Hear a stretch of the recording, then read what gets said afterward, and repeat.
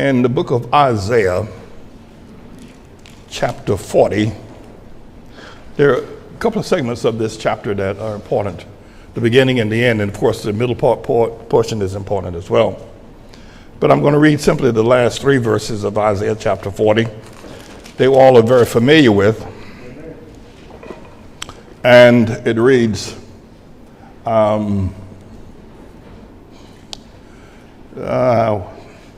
verse 28, I think is where I should start reading. Conclusion. Hast thou not known? Hast thou not heard that the everlasting God, the Lord, the creator of the ends of the earth, fainteth not, neither is weary. There is no searching of his understanding. He giveth power to the faint, and to them that have no might he increaseth strength. Even the youth shall faint and be weary, and the young men shall utterly fall. But they that wait upon the Lord shall renew their strength, and shall mount up with wings as eagles. They shall run and not be weary. They shall walk and faint not. And so it is. Mr. Engineer, do you have Knockout Mondami cued? If so, play. Hey, Mondami, what's my name? What's my name? What's my name? James Manning. When you go into that voting booth on the 4th of November here in the New York City mayoral election, and when you go in there, whose name you going to print in the write-in section? Whose name you going to print in the write-in section on the ballot, Mondami? Who you going to print? Whose name?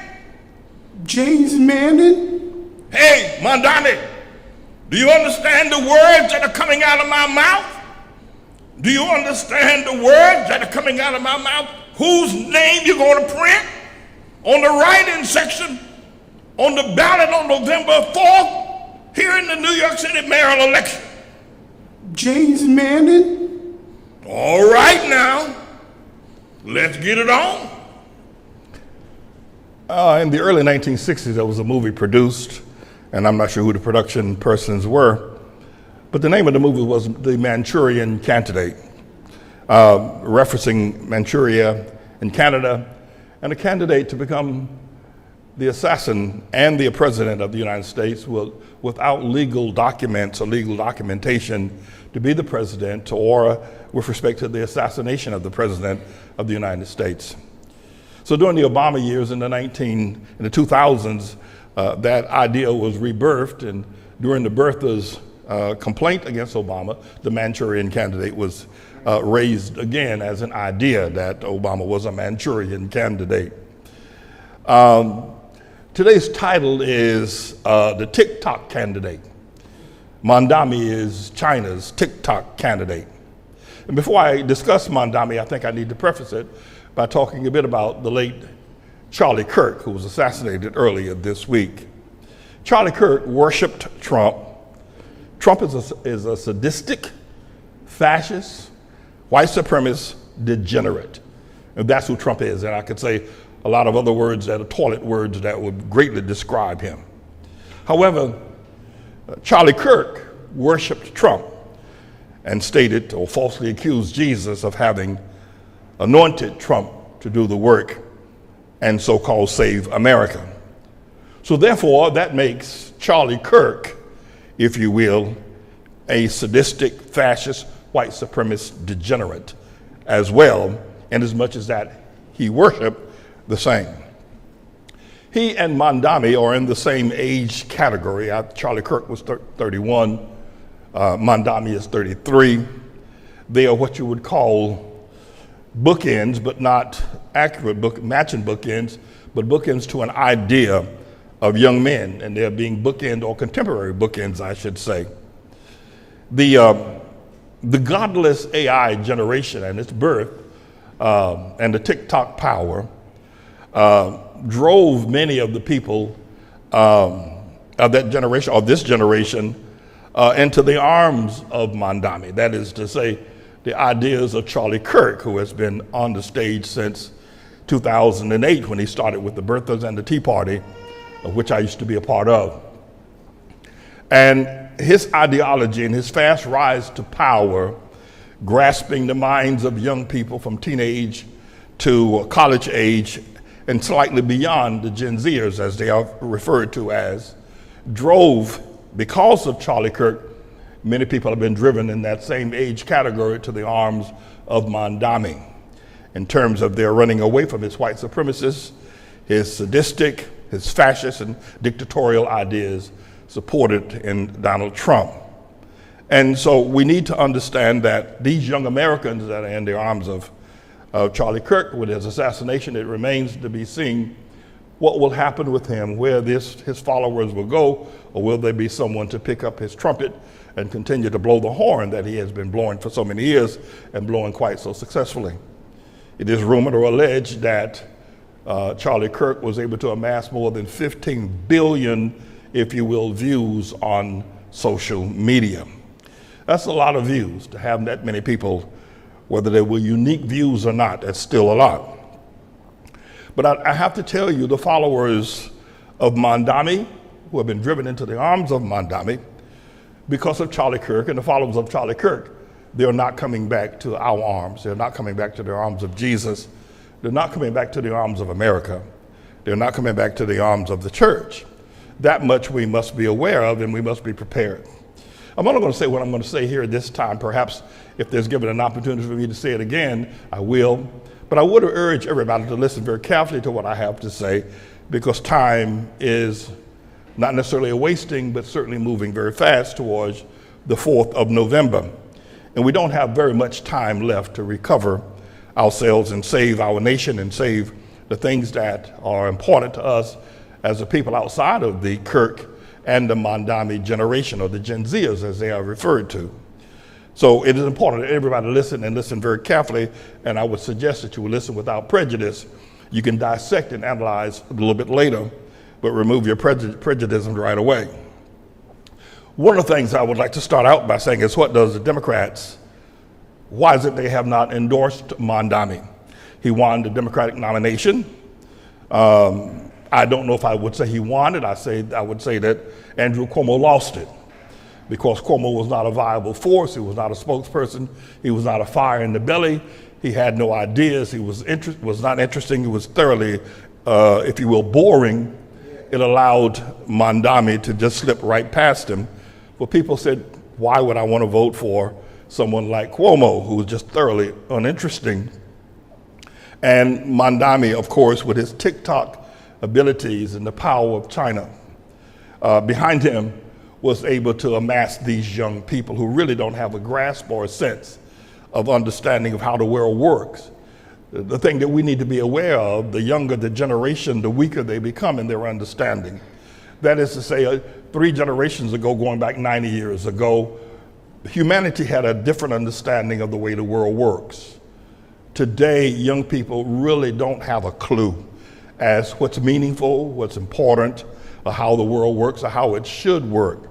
And so therefore, they're easily influenced by evil influences around the world, and they're turned off by the things that made us the great nation that we are, made us as we are worshipers of the Lord Jesus Christ. But the Democratic Party, Chuck Schumer, Hakeem Jeffers, Governor Hochul, and a bunch of others have not, these leading Democrats have not, if you will, endorsed this winner of the Democrat nomination going back 90 days ago in the person of Zohran Mamdani. And why? Well, there are several reasons. One is that the Democrats fear their loss of both financial and political power, that Mamdani will not serve them. He will not serve their purpose. He will not serve their interest. He will not serve the people whose financial power enabled people like Chuck Schumer, Hakeem Jeffers, and a bunch of other Democrats, whoever they may be, including Eric Adams and all across the nation, to gain their positions of power through the financial wealth Those positions were bought and paid for by the corporate money. And so they fear that they would lose that power, lose that connect. And so therefore they're adamant about not endorsing Mondami. The Democrats are also fear of losing power over political influence to keep black people racist and poor. You probably don't understand this, and you'd have to be in my age category to appreciate it, but I'll say it anyway because there are people in my age category to understand this. That from Jesse Jackson to Dr. King to Al Sharpton to others, the whole motif of what they do is to fuel black people with anger to make them racist. Now, I could say they're white supremacists or black supremacists in reverse. Al Sharpton is a black supremacist in reverse. You would probably never look at him that way because the thought probably never crosses your mind, because clouding your understanding is way back on the days of slavery. And slavery was so diabolically wrong. So therefore, black people have the right to be angry. Black people have the right to blame white folk for everything that ever happens on the planet. Black people have the right for blaming white folk for all the things that they themselves don't do and don't know and have never done. A man jumped to me on 116th Street last week and said he saw online where I said black people have never built anything. He was angry, he was yelling, and he was cussing at me on 116th Street and Lenox Avenue. And he was angry with me because he said, I'm not going to vote for you and nobody should vote for you because you said black people have never built anything. He said, we built America. He kept yelling, we built America.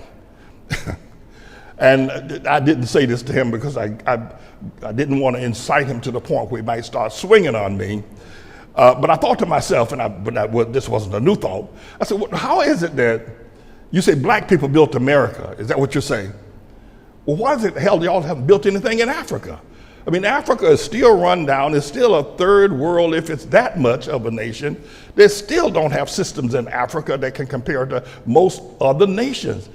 If y'all black people were so good at building this great nation of America, why the hell don't y'all build Africa? The reason being is that they haven't built Africa because they haven't built America either. But that's another, if you will, teaching in time. And I don't say that because I hate black folk. That's not the issue. It's just the truth. And it needs to be spoken. But they're black supremacists like Al Sharpton, like Jesse Jackson, Martin King, and others have drilled into the minds. And the Democrats, the white Democrats, if you will, themselves, many being progressive and socialists, have lived off of the black vote by keeping black folk angry with white folk. That way they can always get the black vote. As you very well may know, black people have not always been Democrats. They were once Republicans at one time by large numbers, going back to the days of Abraham Lincoln. And during the days when black people were most successful, when they built Howard University, when they built Spelman, when they built the banks and insurance companies and the institutions that they built, the Tuskegee Institute, during those years, black people were Republicans. They weren't Democrats. It was only when the blacks began to follow the ideas of Dr. King that they switched from Republican to black. But most people don't know that, and most don't care to know it. But the one thing I want to focus on without going too far afield is that the Democrats make their living by teaching black folk how to be angry, and rather than looking within themselves to rebuild, restructure their own abilities, and they just keep telling the white man, you owe us this, you owe us reparation, you owe us, and so therefore they haven't grown, they've gotten worse, but the white Democrats, if you will, the progressives themselves, rely upon these votes in order to, so it's really a form of black supremacy is what we have and what black people are afraid, white people rather, the Democrats are afraid of losing if Mondami becomes the mayor of New York City. Ultimately, white supremacy and the members of white supremacy and the youth, they've all been lost as well in terms of they're not coming back to Gen Zers, are not coming back to any point of reality. That's over with. Both Mondami and Charlie Kirk are representatives or contemporaries and bookends of opposite ideas about Gen Zers and about their youth. Charlie Kirk, recently assassinated, had a very large following. And one of the things I heard a few months ago was that young people, mainly J-5 people all over America, Gen Zers, are signing up to vote, signing up to run for political office because they've been inspired by Mondami the way that many whites have been inspired by Charlie Kirk. So they're contemporary bookends, but of course of the opposite ideologies. Strangely enough, and I pray that this is absolute before Almighty God as I stand here, while we were out during the West Indian Day Carnival that they also refer to as a parade, for whatever reason, Mondami got off of his float, which was 3 floats behind our float, and ran up to our float. And if I'm not mistaken, I think Minister Matos was holding our sign where I knocked out Mondami, what you just heard a few moments ago, and he read it. And Sabbath said when he read it, he laughed at it and then ran on up several other floats. But as he was running further up, Elizabeth and I didn't know he was there because Elizabeth and I were sitting at the very front. I didn't know what was going on to our right side. But I saw him running up, and he purposely zeroed in to catch my eyes. I caught his eyes, and he gave me a thumbs up, Mondami did. And just as a natural response, I gave him a thumbs up as I was realizing who he was. I didn't know first who he was, but anybody giving a thumbs up out there, I wanted to give them a thumbs up as well. I felt they were in support of me. But by the time I'd raised my thumb, I realized it was him. But when I looked into his small, beady eyes, I saw absolute fear in his eyes as the two of our eyes connected with one another, as my eyesight is as good as it is to catch that. He knows who I am, and he knows what I'm speaking today is truth. He knows what I'm telling you and I'm telling the world today has never been revealed. He knows that the covers that the devil has used for so long to dupe people through Kirk and through Mondami has never been revealed. It's been hidden, but now it's being revealed. He fears that, and he knows that I know it, and he knows that I will continue to speak it. But I think that what we need to understand is what Mondami does is that he breeds immorality, not just with his ideology that prostitution should be made legal. Someone said some time ago that prostitution is the oldest profession on the planet. Well, it very well may be. I know it's a pretty important one for society going back years ago. But he said that prostitution, they call it sex working now. Not sure exactly why they changed the tune. That it should be legal, that you shouldn't be arrested for prostituting, or walking what they refer to in years gone by as the host role, that you should be able to do that. It's interesting that he would say that. We find ourselves in perhaps the greatest pimp that has ever lived. Iceberg Slim has been taken over by a fellow by the name of Jeffrey Epstein. Nobody has had clients, no pimp has ever had clients like Jeffrey Epstein. No pimp has ever had as many, if you will, horses in his stable as did Jeffrey Epstein.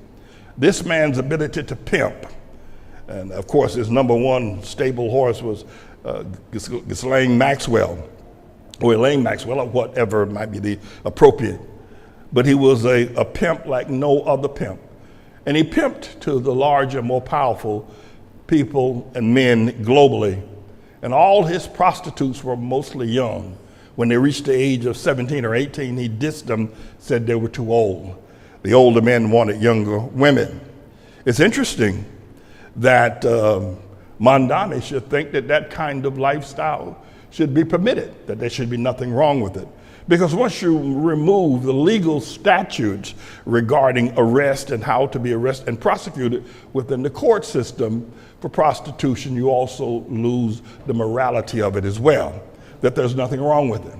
I don't know if y'all heard about Jamal Bryant down in Atlanta, Georgia, talking about using the land of the church to grow weed, to grow whatever it is that they call it, marijuana.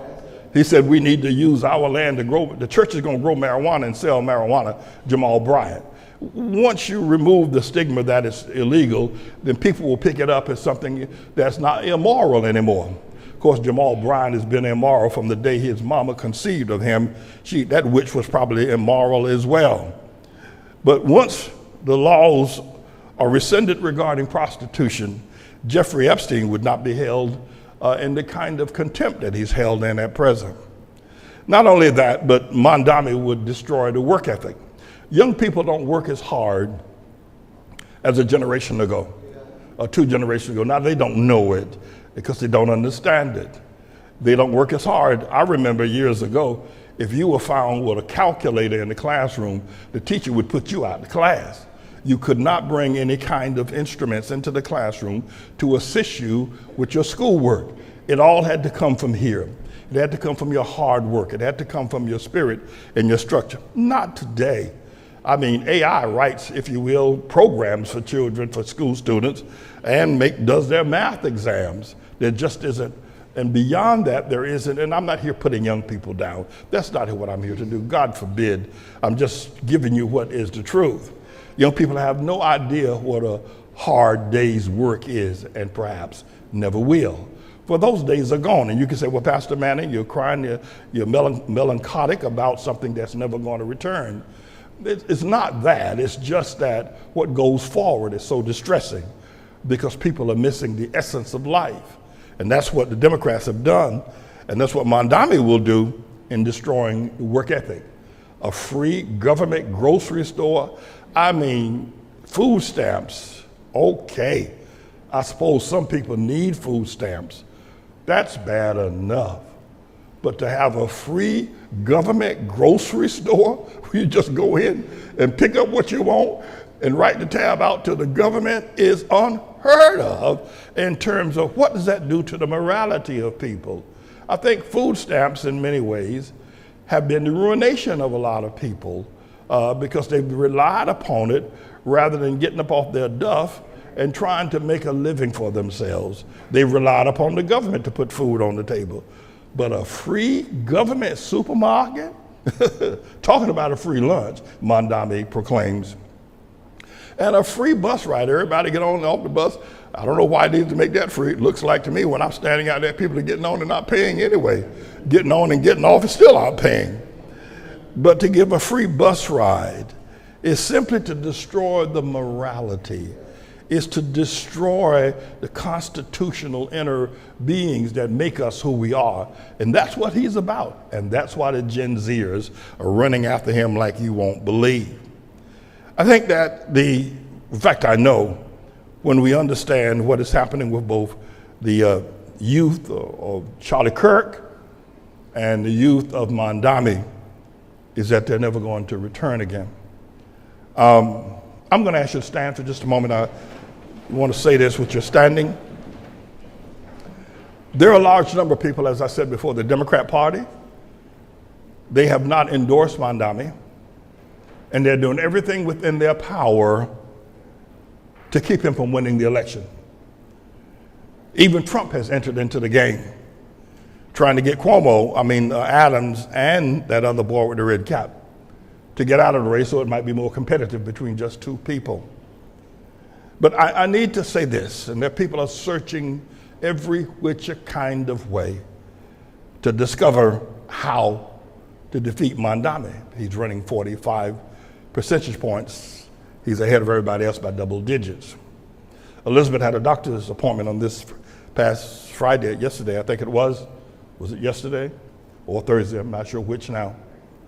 And a doctor that was of a Hebrew Jewish sort said to her that a large number of Democrats and other New Yorkers and people who want to save New York City have gotten together to try to find somebody that can beat Mondami. And I think former police commissioner Ray Kelly is a part of that group. Governor Hochul is a part of it. And several other prominent, if you will, Democrats are in that. They understand that Cuomo can't do it. So they're looking now for somebody that can beat Mondami. Because they know Adams can't do it, Cuomo can't do it, and Sliwa can't do it either. So they're putting together, they're raising money, they're trying to find a candidate. I'd like to make a suggestion. I don't know whether it will be well received or whether it will be outrightly rejected. I don't know. I'm just making it out of a sense of my understanding of truth. I'd like to make a suggestion that this party that's looking to find a candidate to tell Eric Adams to endorse James David Manning as the mayor of the city of New York. That if Eric Adams, he doesn't have to step out of the race, just endorse me. stand before the television cameras and say, I endorse James Manning. But not stopping them. If they're seriously looking for someone who can defeat Mondami, I don't know what needle in the haystack they're looking for.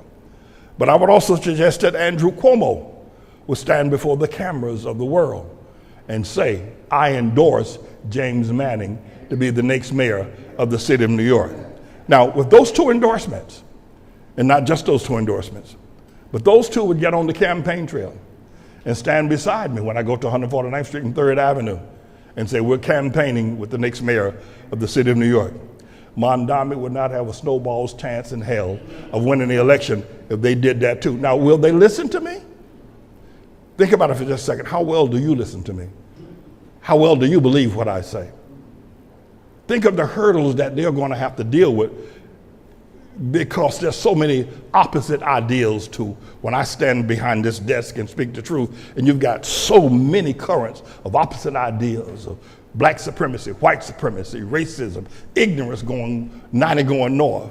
So the words I speak, which are genuine seeds of power and truth, are rejected. I suspect that perhaps someone in the crowd will say what James Manning is saying is the only way we're going to save New York City. That these two candidates stand beside him to the right and the left and endorse him and then go forward with him as the mayor of the city of New York and campaigning.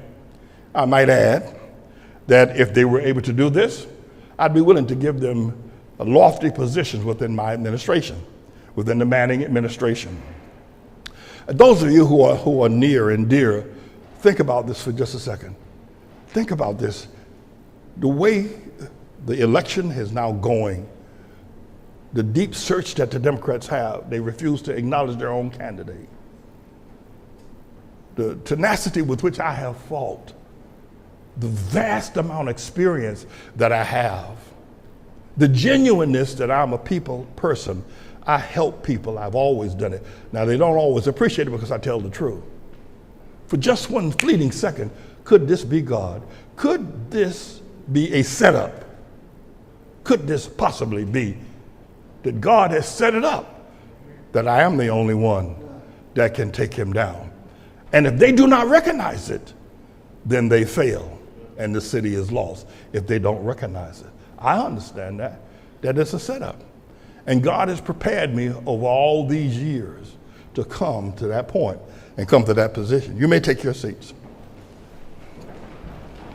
I said that Mondami is the TikTok candidate. Is that what I said? Yeah. TikTok has been adjudicated and adjudged as an evil source and spirit in America. I think ByteDance is the owner, a Chinese organization that owns TikTok. And that has been adjudged over the past year and a half as an influence upon the minds of our young people. And so there's been legislation and there's been a lot of talk about removing TikTok from the opportunity for Americans to be able to engage on that platform. And at one point it looked like TikTok was gone, but Trump, the degenerate, stepped in and saved it, and now it's as forceful as it ever has been. TikTok is a degenerate, it's an anti-God, it's an anti-American, it's an anti-spirit that is now allowed to run through our children's bedrooms, through our schools' classrooms, through our churches, through our businesses' administration. TikTok is running wild among the people. And not only is it running wild, but it's destroying morality as it goes. Talk about the Manchurian candidate, or a fake candidate or a fake association or assassination to destroy America, to put a person in place to actually destroy America. Last week, a week before, Xi Jinping, who is the president or leader of China, met with Kim Jong-un, Vladimir Putin, and I think his name is Modi, Prime Minister Modi of India, along with some others that are now representing what the Bible refers to as Gog and Magog. That what we're looking at now is a takeover of America through the process of China.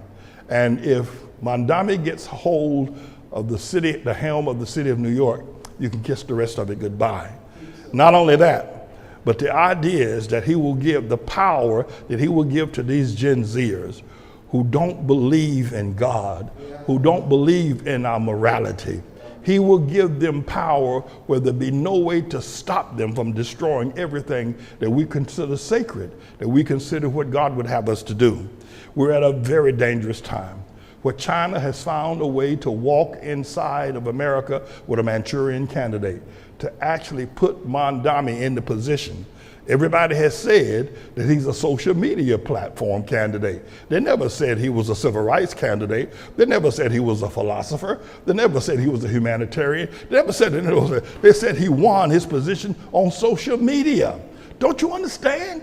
Can't you just see that China has put this man in power and will keep him in power? Because the young people are going to continue to go back to TikTok. They're going to continue to go back, and he's going to continue to feed them. And not just that. I had a big argument with one of our former employees about how the social media platforms have been algorithming me. And every time I'd say it, he'd act like I didn't know what I was talking about. You know, I'm not computer savvy. I don't spend a lot of time learning how to maneuver the various things about computer. Right now, my face identity for one of my bank accounts, somehow or another, the face identity ID just went off, and now I don't remember what the password is. I don't know what I don't know. So I got to go to Matos and have a reset so I can put my face up. No, I don't do that, but I'm nobody's fool. Just because I am not savvy at how to punch various keys, it doesn't mean I don't understand evil. For years, the social media platform have boycotted me. They've actually prevented me from my message from getting out. How can it, 10 years ago, I could put out a video and it would reach 10 million people in one day? How is it that my doing that now I put out a video and I barely can reach 10? What's the difference? What's the difference? Except they are controlling the message. They are controlling who hears what. And they are controlling what young people are hearing. And it's coming from China. It's not coming from God. It's coming from a force and a source that will destroy rather than build. And so it's important that we understand the time in which we're living in and the time of what's happening to our young people, that they're gone and they're not coming back. Charlie Kirk and his people. Mondami and his people. It's important that we see the two of these as contemporaries, as I pointed out. Were it not for TikTok, Brad Lander would have won the Democrat nomination. Had this been a regular without Chinese involvement, without Chinese import, without China directing the minds of these young people who went out and voted. Anybody over 40 or 50 years of age, there ain't no way they would have voted for in the primary, unless you're just absolutely devoid of understanding. There's no way you would have voted for Mondami. All the people that voted for him were teenagers for the most part, or college students. Anybody with any reasonable experience in life would never check Mondami, realizing who he is and what he stands for. And so it's important that we understand Brad Lander would have been the primary candidate if TikTok had not intervened, if China had not intervened the way they have intervened. So he's on the sidelines now. I would say this, as I said to you before, about Gog and Magog. It's happening. There's one other thing I'd like to say, and then I'm going to turn y'all loose. I think we have other things that we need to try to accomplish today. And that is this: we need to boycott New York One News. Now, one may think that they're a big entity because they're all over the place. They're all about New York. Everything about the gardens and whatever it is, the parks and the restaurants. They're sort of a community newspaper in a digital form or on television. But they're nobody really important. I've done the research. They only reach 720,000 people per week. That's per week. And if you divide that up, that's like 100,000 people per day. Well, hell, I can reach that many myself in one day. So they're not such a big deal. But I think we ought to boycott them. At least I'm saying that they should be boycotted. And that each time they should be boycotted because their power needs to. Here's what happens. Here's what the media does. The media sways their influence towards whatever candidate they think is leading. Doesn't matter who it is. Because what they want is they want access. If Mondami is winning and will win the mayor's office, New York 1 is going to show favoritism to him above all other candidates because they want access to him once he becomes the mayor. They want access to the power that he has. They want access to his followers. So whether they believe in him or not, they believe in the bottom line. That's the dollar and what the profits stat. So they're now leaning towards Mondami, New York 1. And not that that's not the reason why they should be boycotted, but they're leaning towards him because of the bottom line. And I think that by boycotting New York 1, because they can easily be taken out. If you only got 720,000 viewers, and these are not unique viewers, per week, then you don't have very much of an audience or very much of power. And so I think they ought to be taken down as signs to MSNBC, a warning to MSNBC, a warning to CNN, a warning to ABC, and a warning to CBS that we can take you down too. We can pull your plug. If we unite, we can stop whatever influence you have on the elections. Because many of these institutions pick who they want to be, for instance, and pick who they don't want. I've been out here now for 10, 11 months. You've never seen me on television. Why? Why? I slept on the street for 3 days and 3 nights. That's not newsworthy. I'm running as a pastor out of Harlem. You mean to tell me nothing I've said, nothing I've done, even been kicked off the ballot 3 times, I don't get 1 second of airtime? Why? Because they don't want me in power. They know putting a microphone in front of me and a camera that I'm going to go to town, and they don't want that to happen. They are trying to select when I could be the best mayor New York City is. They're saying we don't want the best mayor. We want this one or we want that one. So if that's what they're doing to me, America needs to rise up, New York needs to rise up and boycott them. If they're boycotting me, hell, let's boycott them. Let's take them now. We don't need them. Probably somebody saw that on the announcement board because it's out there now. Well, he ain't gonna never be president or mayor rather. You can't be talking about these people like this. Get out of my face with your weak ass. Listen, weak people do not ever win power. Your idea is be nice, be quiet, don't let anybody see it, don't say anything bad, be really nice, don't cuss anybody out. Weak people never gain power. Only the strong survive. Only the strong. And anybody who believes that I'm doing the wrong thing by putting that out there is because you're a weak person. I'm a strong man, and I go up against the giants of the world. Don't do that. Don't say anything. Don't say anything against. Don't call people names. I'm going to call them every name under the book if I can find them, and more. So we need to boycott New York 1, and need to be able to let the world know. Adams and Letitia James, in addition to that, must confess they allowed the theft of black people's property through fraudulent means called a tax lien law. They need to admit that. I'm not going to spend a lot of time on that right now fundamentally, but I don't think it needs to be said.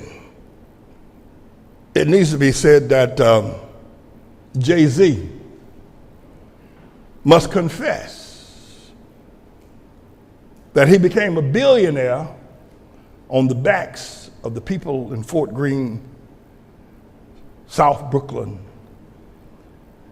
And because he was just a rapper like anybody else, with his whore wife showing her Gap goodie, showing her moneymaker to anybody that would look at it.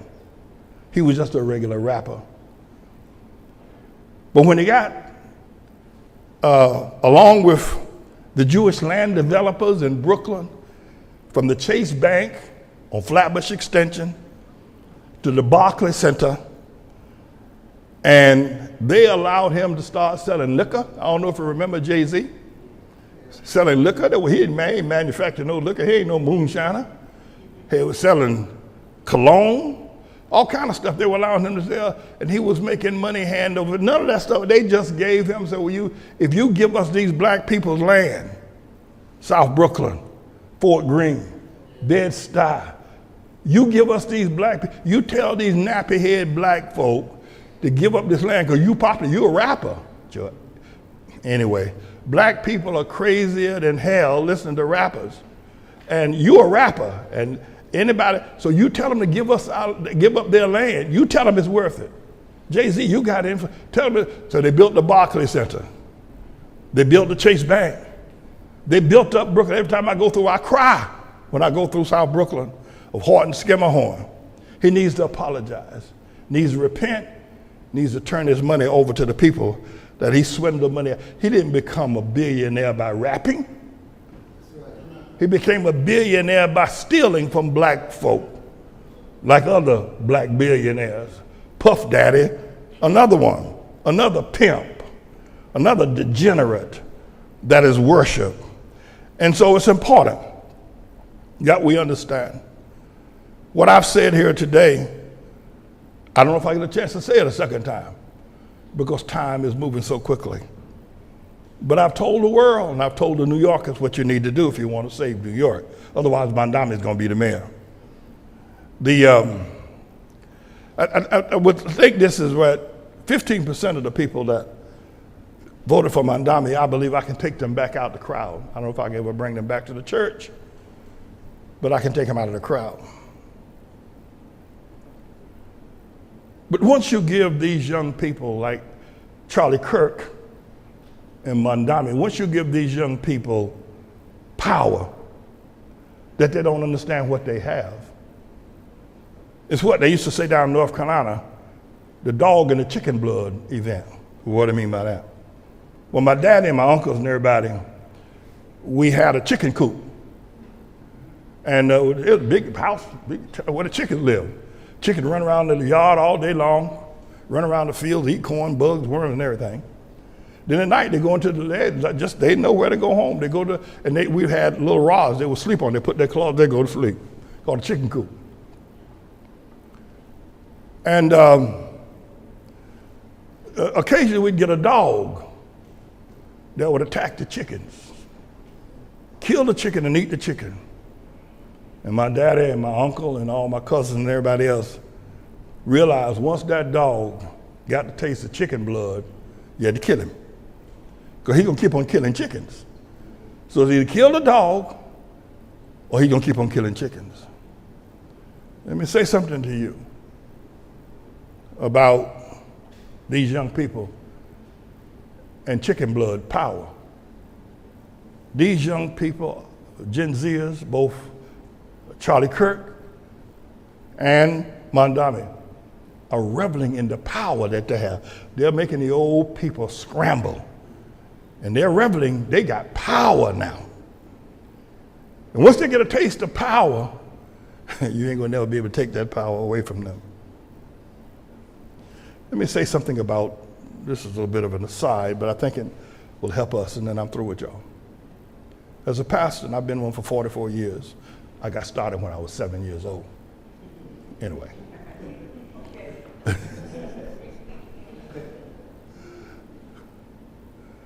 Once a member of the church rises up and strikes the pastor, that's chicken blood. And once they get a taste of chicken blood, then nothing will stop them from striking again and again and again. It's important that we understand that. So when you see people do things, it isn't that it just happened once, and so therefore it's a deal. It's been going on for years. For years it's been going on. It's just that now it's time to kill that dog that's been striking and eating chickens. It's time to kill that dog. They've been eating too many chickens, as it were. Y'all stand up. They that wait upon the Lord shall renew their strength. They shall mount up as with wings as eagles. They shall run and not get weary. They shall walk and faint not. I believe that an answer has been given for humanity today. But as you very well know, many ears are closed. But here's what I'm going to do, Elder Ramos. I'm going to pray that this message will find its way into the hearts of people who will recognize that Eric Adams needs to endorse me, that Andrew Cuomo needs to endorse me. I'm not a Democrat, and I never will be, but they need to endorse me. I'm running, if you will, as an independent, whatever that means. I'm not even that either.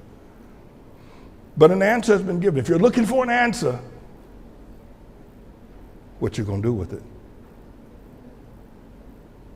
Because what else is there? What else is there? This is a bit self-serving. There's nobody on this planet more qualified. Or just because I don't have 10,000 people sitting up in an auditorium yelling and screaming at me doesn't make me a little man. Don't judge the book by the cover. Don't think that because someone has an audience of 10,000 people yelling and screaming because they came to see a show, that somehow or another that I'm a little man. Don't think that about me. Don't think that about me. No, this is the Lord's house, and I'm the Lord's servant. Amen. So the answer's been given. There's an addendum. Should I become the mayor, I'll have the opportunity to raise up a people that are not a people now. This past Wednesday, I was on 125th Street, and I made my intro to the Middle Passage demonstration that we wish to send to all schools in America and Europe regarding the Middle Passage. Mr. Engineer, do we have that clip? Where's Izzy? If we have that clip, Mr. Engineer. Greetings, everybody. My name is James Manning. I'm the pastor of the Outlaw World Missionary Church right here in Harlem, New York. I'm standing on the corner of African Square in front of the Adam Clayton Powell Jr. statue. My purpose for being here today is because more than 11 years ago, the Lord God Almighty introduced to me the building of the Middle Passage Arch, a memorial that would represent the deaths of the literally millions of Africans that died in the 300-year slave trade between Europe and Africa and America. Now, let me say this. This is not a racist building, memorial, or arch. America is the greatest nation in the history of this planet. There's no doubt about it. There's no nation as generous, as powerful, as blessed of God as is America. So this is not about racism at all.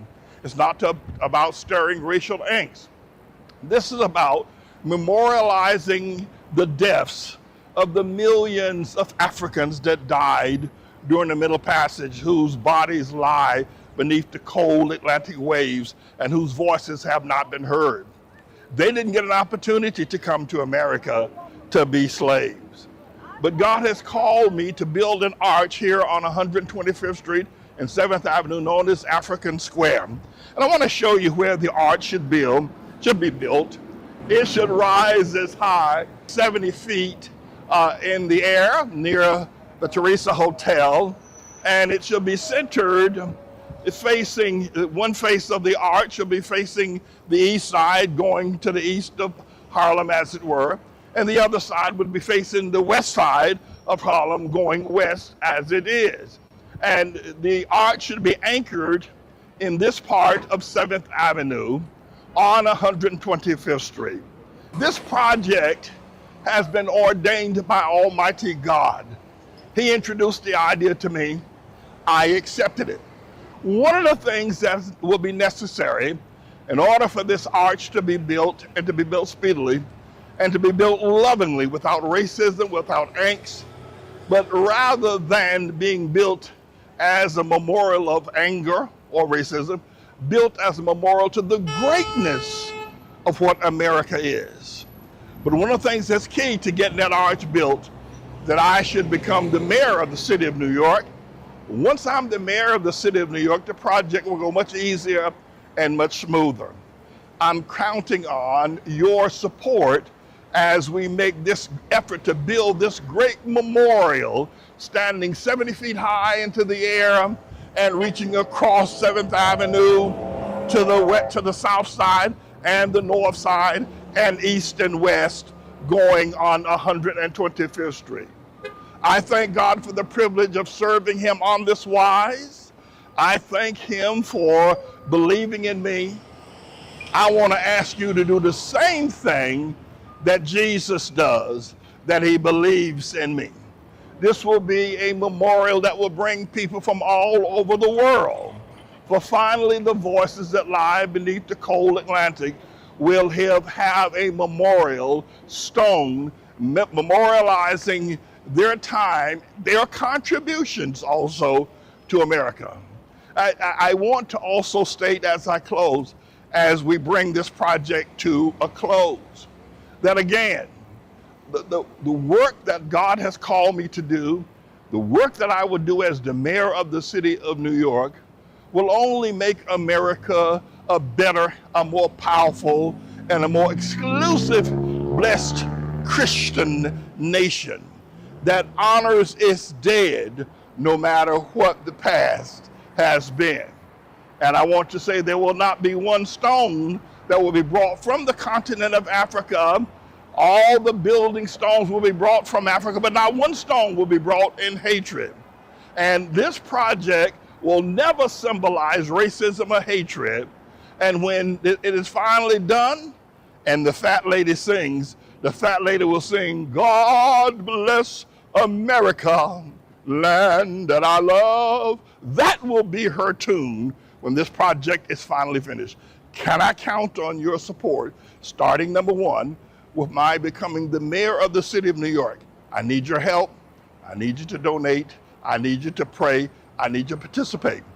And then once the legislation starts, I want you to stand up and say, "Let the voices of the dead that lie beneath the cold Atlantic waves be heard for the first time in over 300 years.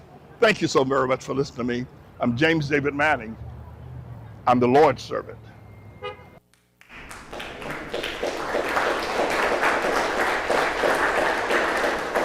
You may take your seats. Our celebration starts the 14th. That's tomorrow. The only thing on the program is campaigning. We're going out to 149th and 3rd Avenue today. And we'll see what happens on tomorrow in terms of the next 2 weeks of campaigning, or whatever takes place from this point. The tithe and the offering is due. We need people to give to the Manning for Mayor campaign. We want to thank one of our donors that gave us a very hefty gift this week. And we're very thankful for that gift. I'll speak more about that gift. It's our plan to reach 10 million unique viewers, and we're on track to do that. In terms of your giving and your support of the ministry. You know, once you get a taste of stealing God's tithe, please listen to me. Once you get a taste of stealing God's money, now you know that money belongs to the Lord that you took. You know that's God's money. That's the Lord's money. You do it once and you say, well, I just got to do it. But then the devil gives you an opportunity to take God's money again. And you do. By third or fourth time you're taking God's money, it just becomes natural. You'll just take God's money. That's not your money, that's God's money.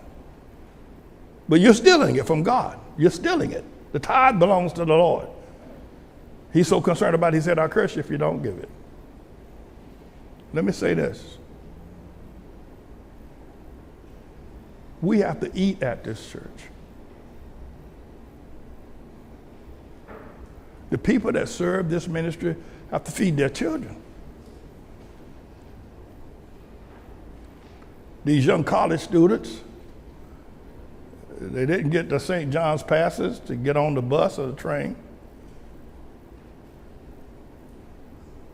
I got to put food on the table. You're not helping me put food on people's table. I'm looking at you and you're not helping me put food. What's wrong? What's wrong?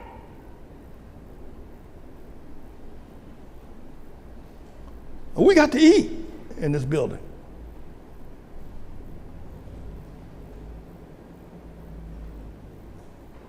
That ain't your money. That's God's money. To feed the children. That's what their tithe is all about. But he said, on the other hand, if you do it, I'll bless you. On the other hand. So we need people giving to the manningformayor.com. Manning for Mayor campaign, we need to give the tithes and offerings as well. So thank you for your giving and the online giving as well. Go find something. You're in a great place. You'll never get in another place like this. Amen. I'm a good pastor.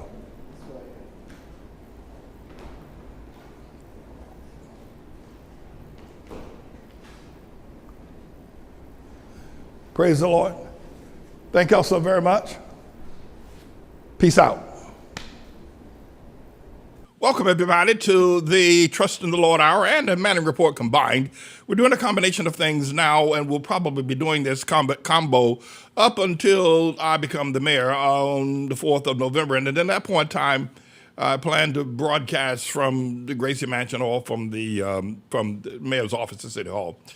At any rate, thank y'all so very much for logging on, even though I've been absent quite a bit. Thank you. I made Sister Angela Kane out of South Carolina, made her the school monitor, and she checks on everybody that doesn't show up. You know, I haven't heard from Amen Springfield, and that's been several months. You know, I maybe he had lost his job or something had got that, you know, but even the worst of times always come to church, always come to church. So I'm not sure what's happening with the Amen Springfield. So we're certainly offering our prayers for Amen. I ask all of you also to say a prayer for Brother Amen Springfield. Let's just do that right now. Heavenly Father, we calling out your help for our brother Amen. He's a good brother. He's a good man. And we've lost him over the last couple of months. We made mention of it and thought, well, we didn't want to put a lot of pressure on him. But no matter what you're going through out there, and he lives in Seattle, Washington, you still need to come to church. And you need to come to church no matter what, how bad it is. So I'm asking everybody online to unite with me and pray with me about Brother Springfield, that he returns to the fold. And in your name, Jesus, we pray and give thanks as well. And Brother Jesse Munoz, who also lives on the west coast or the left coast, California, San Bernardino, always sends in memorable pennies.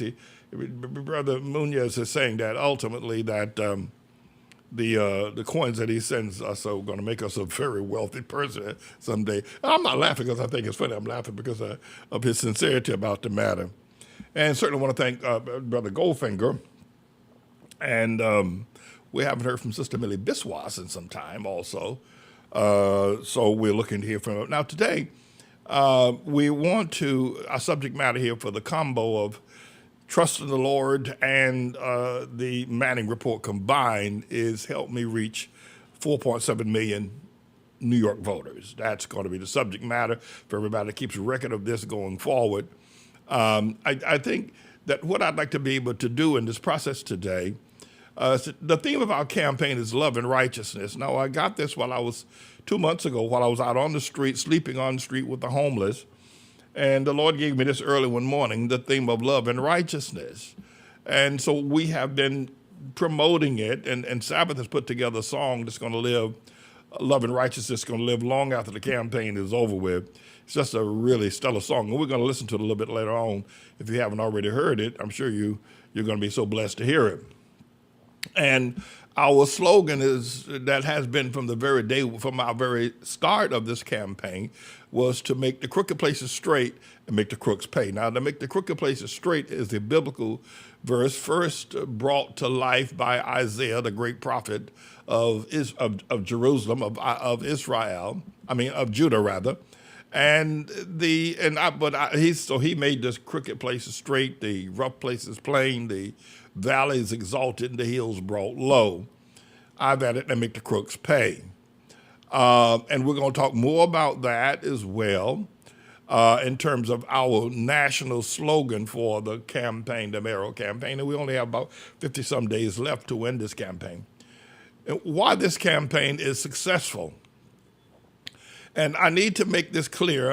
This needs to be in the spirits, and I've told everybody these three things that we've, number one, about our campaign in terms of making the crooked places straight and love and righteousness. This needs to be in the spirit and the tone and in the voice and in the hearts of all of our campaigners, all of our volunteers, all of our church members, all of our prayers and partners and supporters, that these things should be in their heart and spirit. Make the crooked places straight, make the crooks pay. Love and righteousness is what New York City needs. And I'm going to let you listen to Sabbath's song, Love and Righteousness. I'll tell you, that song, I mean, if you're looking for a different campaign, a truthful campaign, a powerful, you just listen to that song, Love and Righteousness. And I got to tell you, you have to come away with a classic song. I don't think there's ever been anything in politics that's as powerful as a campaign song as that song, Love and Righteousness. But also this campaign is successful. Rather than building low-income housing, everybody's jumping up and down. We need more housing. We need more housing. We need more housing. And primarily they're talking about low-income housing because let me tell you, you come to New York, they're building skyscrapers everywhere you can shake a stick. Everywhere you shake a stick in New York, they're building luxury buildings. They've got a building downtown below 59th Street that stretches 100 stories up in the sky. And as skinny as a rail, I don't know if I want to live in that building. And all over on the west side, down by the east side, down by City Hall, they're building buildings right here in Harlem. They got one they're planning that I'm going to stop, called 145th on Lenox and 145th Street, and I'm going to stop that one. But that one reaches 40 stories into the sky. So when they say we need more housing, they're saying poor people need housing, building housing for low-income people. And I'm going to correct that. I'm going to change that. That's not what is necessary. That's not what's needed. We need to build high-income, high-character, high-successful people. It's a totally different concept. But if you have no vision, if you have no understanding, you're always trying to, building low-income housing builds low-income people. It just creates more low-income ideology, more income lifestyles. What I will do as mayor is build high-income character people, high-income successful people is what I will do. And it's a totally different concept. And I have some things I'm going to say if I ever get on the debate stage, whether I do or not. So having said that, I want to ask you to help me reach $4.7 million.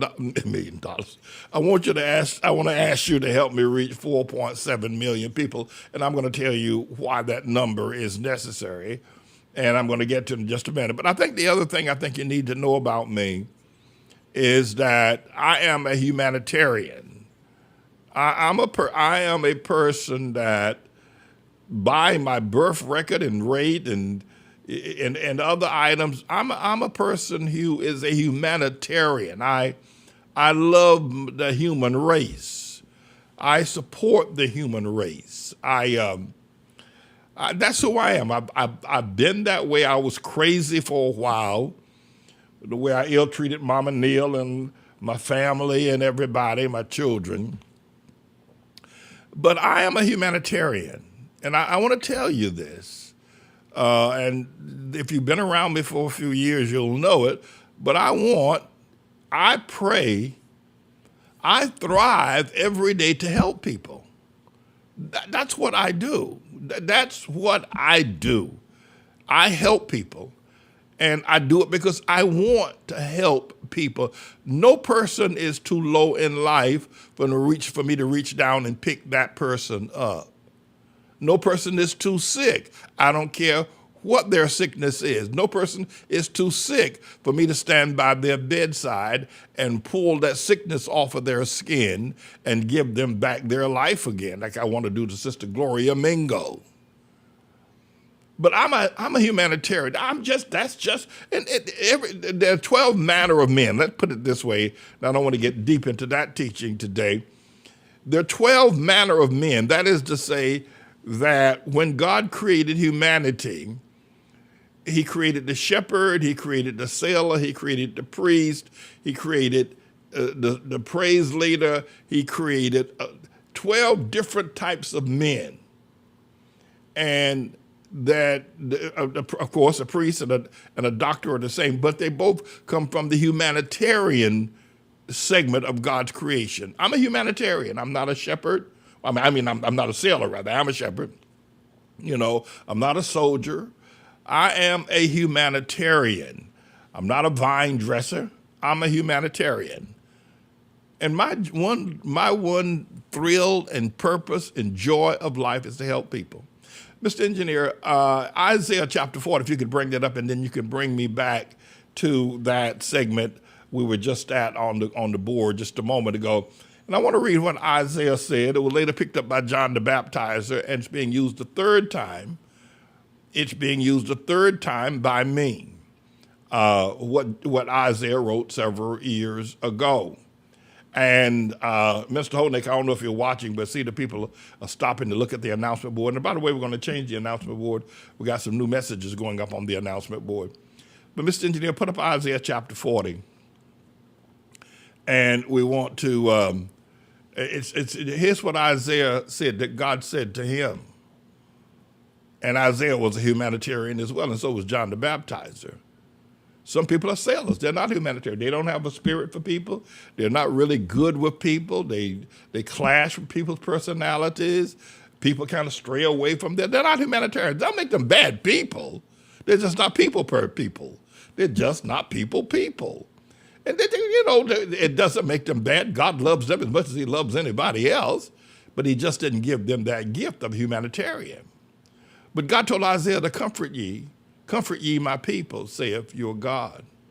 Speak ye comfortably to Jerusalem, and I want to speak comfortably to New York City, and cry unto her that her warfare is accomplished, that her iniquity is pardoned, for she have received of the Lord's hand double for all of her sins. The voice of him that crieth in the wilderness, prepare ye the way of the Lord. Make straight in the desert a highway for our God. Every valley shall be exalted, every mountain shall be brought low, and the crooked places made straight, and there I am, and the rough places made plain. Now that's the theme of our campaign. I'm not running on affordability of this and that and the other, and low this, that, and the other, and that's all nonsense. That's all buffalo chips. I don't know if there's anybody here from Wyoming or Montana. Out in Wyoming, they have a thing where the cows excrete from their rear end, their dung and their feces, and sometimes it just gets caught in the field, on the road, someplace, on the whatever, and the sun dries it out, takes all the water out of that dung, and it just becomes a chunk of something. They call it a chip. And this is actually people in Wyoming. I actually saw them do it, Elizabeth and I. They have a day called Buffalo Chips Day where they actually take dry dung and they throw it at one another. I'm telling you that's Pastor Manning. Is that true? Yeah. People in Wyoming throw dung at the dried buffalo chips. This all this business about we're gonna cut taxes. We're gonna do this. That's all buffalo chips. It's all dung. It's another word for it, but I just refuse to use it right now because it has the 4-letter S word in it. Anyway, Mr. Engineer, so bring it back up again. I'm a humanitarian, and I have done so many wrong things. That's the other thing I think people need to understand. I confess I've done a lot of wrong things, probably not as much as some other people, but I've certainly have done my share. I certainly have done my share of wrong and doing it. And then it was in my youth when I did those things. And I'm an expert of every field of hurt and wrong. I know what it is to hurt people. And that's why I want to help people. I to this day, I was talking with a young woman who had a miscarriage the other day. And she said to me that she feels guilty. Of all the wrong I've done, even though Jesus came to my jail cell. He ain't coming to you. I ain't gonna say he's not gonna come to you, but Jesus came to my jail cell and forgave me. I don't know if you get that close to him, but I still feel guilty. I still feel ashamed of what I did. So I told that young woman, that you let that shape the way you character your life from now on. Let that be a PhD lesson. That feeling of shame and guilt, the way I let it character I still feel guilty. A lot of people say, "Oh, shut up. We done heard you confess. We believe you. Doggone it. Stop talking about the chain gangs. Stop talking about how you desert your family. Stop talking about Mama Neil. We believe you. Now shut up and move on." But I can't. Have I been forgiven? Of course I've been forgiven. You know I have. But I still feel shame. I know every hurt and every wrong possible to man, and I've done. That's why the devil doesn't want people to get close to me, because when I get up and preach, I'm preaching, don't do what I did. Don't do that wrong. And people, well, I want to do this. I want to do that. I want to, on and on and on and on and on. So that's why they don't want to be a part of the church. That's why they don't want to be part of the ministry. At any rate, so I want to read to you a statement that we read on Saturday from Raphael Suleiman. I think that's the next. Is that the next segment, Mr. Engineer? Yeah. If we have that statement, can you bring that statement up?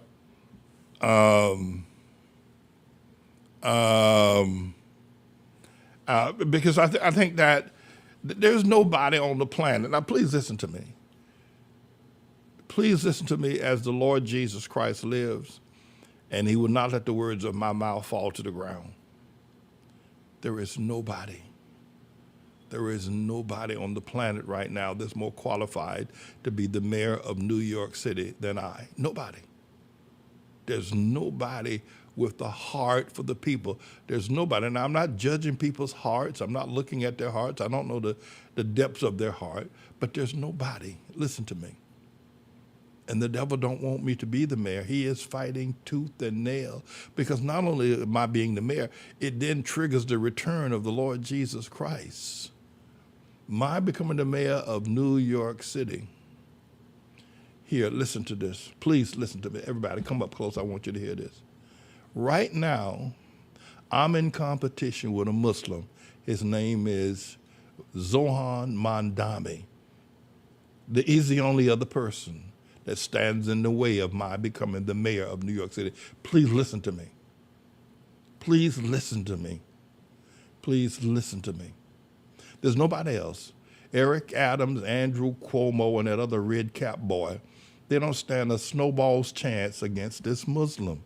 And he's just not a Muslim by name. He is a Muslim in spirit who believes in fatwa. He believes in intifada.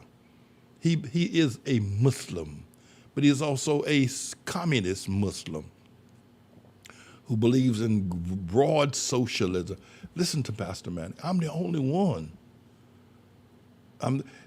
First of all, that can be the righteous mayor of New York City and what New York City needs. But moreover, this is between Jesus and Mohammed. You have to understand, if you sit there and don't help me, you are helping Mohammed. There's no two ways about it. Forget about Andrew Cuomo. Forget about Eric Adams. If you sit there and just, well, I don't think he's capable, or I think he's too old, or I don't think he's for the black people, and he's not for the gay people, and he's too radical. What you're saying is that you're going to let the Muslim win. That's what you're saying. You're going to let the Muslim. I'm not asking you to love me. Well, you should. But everybody engaged in this process, and this is a part of the campaign that we have to begin to understand. It's either the Muslim and Muhammad or me and Jesus. That's how, there's nobody else. God has so arranged it that Adams and Cuomo, they're not even in the picture anymore. It's between me and that Muslim. And you can sit there and say, well, I'm not going to help. I'll just watch and wait and see. I don't think he can do it. I don't believe he ain't got no money. And a lot of people are against him. You can sit there and not help me. But when Judgment Day comes, the Lord will say that you're not helping me help that Muslim Mandami. You help that Muslim Mandami take charge of all God's people. You gave God's people, God's churches, you gave God's children, you gave God's school to the Muslim. When you could have given it to me, you could have helped me. There are a number of you right now who could, the amount that you can go to manningforman.com, the maximum amount you can donate is $2,100. You can donate that amount to Manning for Mayor, and then you got money that you're sitting on that you could then help the church, help me educate the children, help me feed, help me get through this process. You could do that, and we can defeat that Muslim. I can defeat him. Andrew Cuomo can't do it. Eric Adams can't do it. Now, many of y'all don't live in New York, so you might not know these personalities. But those who do know, most of y'all are pretty astute about this. The Lord knows who I'm talking to right now. Jesus knows who I'm talking to. Whether you're going to sit there and let that Muslim, Mandami, take New York City. The Lord is watching.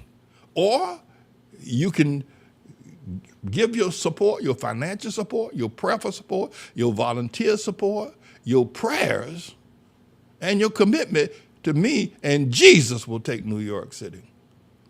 And you can look at it and, well, he ain't for the Baptist church, and he talked about the Southern Baptist. Well, listen, no matter what I've said about the Southern Baptists, can never be as bad as having a Muslim and Muhammad over the churches. Can you look at how small the minds of people are? Well, he said the Southern Baptists are this, he said the Pentecostals are that, and said the Methodists. Well, it's all true, and you know it's true. But even that's not nearly as bad as having that Muslim presiding over the Baptists, the Methodists, the Pentecostals. Because he's all Muslim. He's all Muslim. He ain't going to compromise. He's all Muslim. He's all Mohammed. He's anti-God and believe Jesus was just a good man. And you're going to let him take over? Is that what you're going to do? Is that what you're going to do? Or are you going to get off of your prejudices, your small thinking, and say, I got to get behind Pastor Manning. I got to get with Pastor Manning. I got to start donating. Now, forget about all my everything I've got against him. I got it against him mainly because he's always right. He speaks the truth, and I don't like that. I just want to be able to do what I want to do, and then after I do all my adultery, all my homosexuality, all my lying and stealing, then I want Jesus to forgive me. But Pastor Manning sticks it so hard, he cuts so deep, and I just want to keep doing my homosexuality, my adultery. I just want to keep doing it. But you can make your decision right now. Make your decision right now. You gonna let that Muslim take New York? Or you gonna give it to Jesus? Let's go to the Lord in prayer. Heavenly Father, clear our words. The path is clear. And the media is hiding me. They won't call my name. They've done everything to shut me out of the existence and the presence. That's why I've had this special meeting today of helping me to reach 4.7 million New York voters. But Jesus, the hearts of people that will refuse to donate to this campaign, refuse to help and pray for this campaign, will turn the campaign over to a Muslim. And there are a lot of Christians running around talking about they like Mandami. That means they have no love for Jesus. You can't have two masters. If you are a Christian, I don't care if you're the worst Christian, you can't serve two masters. You can't have Mandami as your mayor. He's a Muslim. You can't and have Jesus as your savior. They are opposite one another. Jesus and Muhammad are opposite of one another. You can't have Mandami. If you're a Christian, you can't have him. If you're a Jew, you can't have Mandami as your mayor. Jews and Muslims are opposite of one another and have been from the day of Hagar out there by the well, giving birth to Ishmael. As a Jew, you can't have a Muslim presiding over you. As a Christian, you can't have a Muslim presiding over you. You got to give that helm to me. You got to get up, wipe up, stand up, and all those things that the devil have caused you to carry in your heart against me, wipe them away and start donating and praying and helping and put me in that office. Don't submit yourself. If you're a Jew, don't submit yourself to that Muslim. If you're a Christian, don't submit yourself to that Mohammed. Don't do it. Don't do it. Don't do it. And in your name, Jesus, we speak these words that they shall not fall to the ground, and that the people shall rise up and stop that Muslim and stop him, and stop that Muslim now. Stop him now. Stop him now. Stop him. Stop that Muslim now. And in your name, Jesus, I pray. Hallelujah. And amen. And ain't that right? You can't have a Muslim presiding over you. It'd be something else. He just had a Muslim name. Yeah, but no, this is a Muslim. This boy, Mandami, is a Muslim. He ain't just got this boy is a Muslim. No, this boy is stomped down, died in the war Muslim. He ain't joking about that. And he ain't backing up either. He's counting on the Jews and Christians to act like upstart raving fools when they got a righteous man, a righteous Gentile, and a righteous Christian that they can put in that office instead in James David Manning. That's right. And all the Jewish people that all on the media, and the media who's doing everything they can to keep my face, keep my name, keep my presence, keep my status off the radar screen, which is absolutely ridiculous that people have come to that point. But Raphael Suleiman, who wrote this piece the other day, we've quoted him twice now. Now I need you to listen to this. Everybody's sitting on the fence. Well, I don't know if he can make it. I don't know. I mean, I heard him say a whole lot of things about black people, and I heard him say a whole lot of things about homosexual people, and I just don't know. And I just don't know. I don't know if I heard him say the black man ain't never built nothing. And I heard him say that Obama want black and Obama want this, that, and the other. And but I listen to him every day because he gives a lot of inspirational information. But what he said about Obama, then he's against Al Sharpton, talking about Al Sharpton's a drug dealer, sold drugs and pimped and sold drugs to school children in Harlem. And and so I just don't, but let me say something to you. All that stuff ain't nothing but the devil playing with your jealousy. That's all that is. That's all and you are willing to turn your life over to a Muslim than turn your life over to me. You're ready to cut off your nose to spite your face. Anyway, here's what Raphael Suleiman wrote. Pastor Manning may be able to save the black race in America if he gets into politics. He knows what the problems are. He is the quintessential black man. He has been everywhere a black man can possibly go in America, from an elite university to prison, from a rural Southern background to a big city existence, to a corporate job, to a brief life as a criminal, from poverty to middle-class existence, to a belief in God and a reformation of your faith to a religious leader and a family man. He understands the black man and woman down to their very bones. Elect him, people of New York City, to the mayor's office. With the advent of the new AI technology, white racists in power will have godlike technologies at their disposal while possessing primitive impulses to suppress all progeny that are weak. Just as the Nazis did in Germany during the period of World War II. Eugenics as a concept is about to make a huge comeback because we didn't deal with these philosophical concerns over the several generations. Since we didn't heal these psychic impulses in our collective unconscious, they will reemerge among us. Peace. And that is Raphael Suleiman's statement. Now, I want to say I'm a humanitarian. I want to give you, I've asked you to help me to reach 4.7 million New York voters. And why is that number important? Because that's the number of people that are registered to vote in New York City. Now, if you live in Oklahoma, or if you live in Oregon, if you live in Idaho, if you live in New Hampshire, if you live in San Francisco, New Mexico, Louisiana, you can support the ministry. You can give. You can give up to $2,100. Or you can come to church and work and pray. You can't vote. You have to live within the 5 counties of New York City.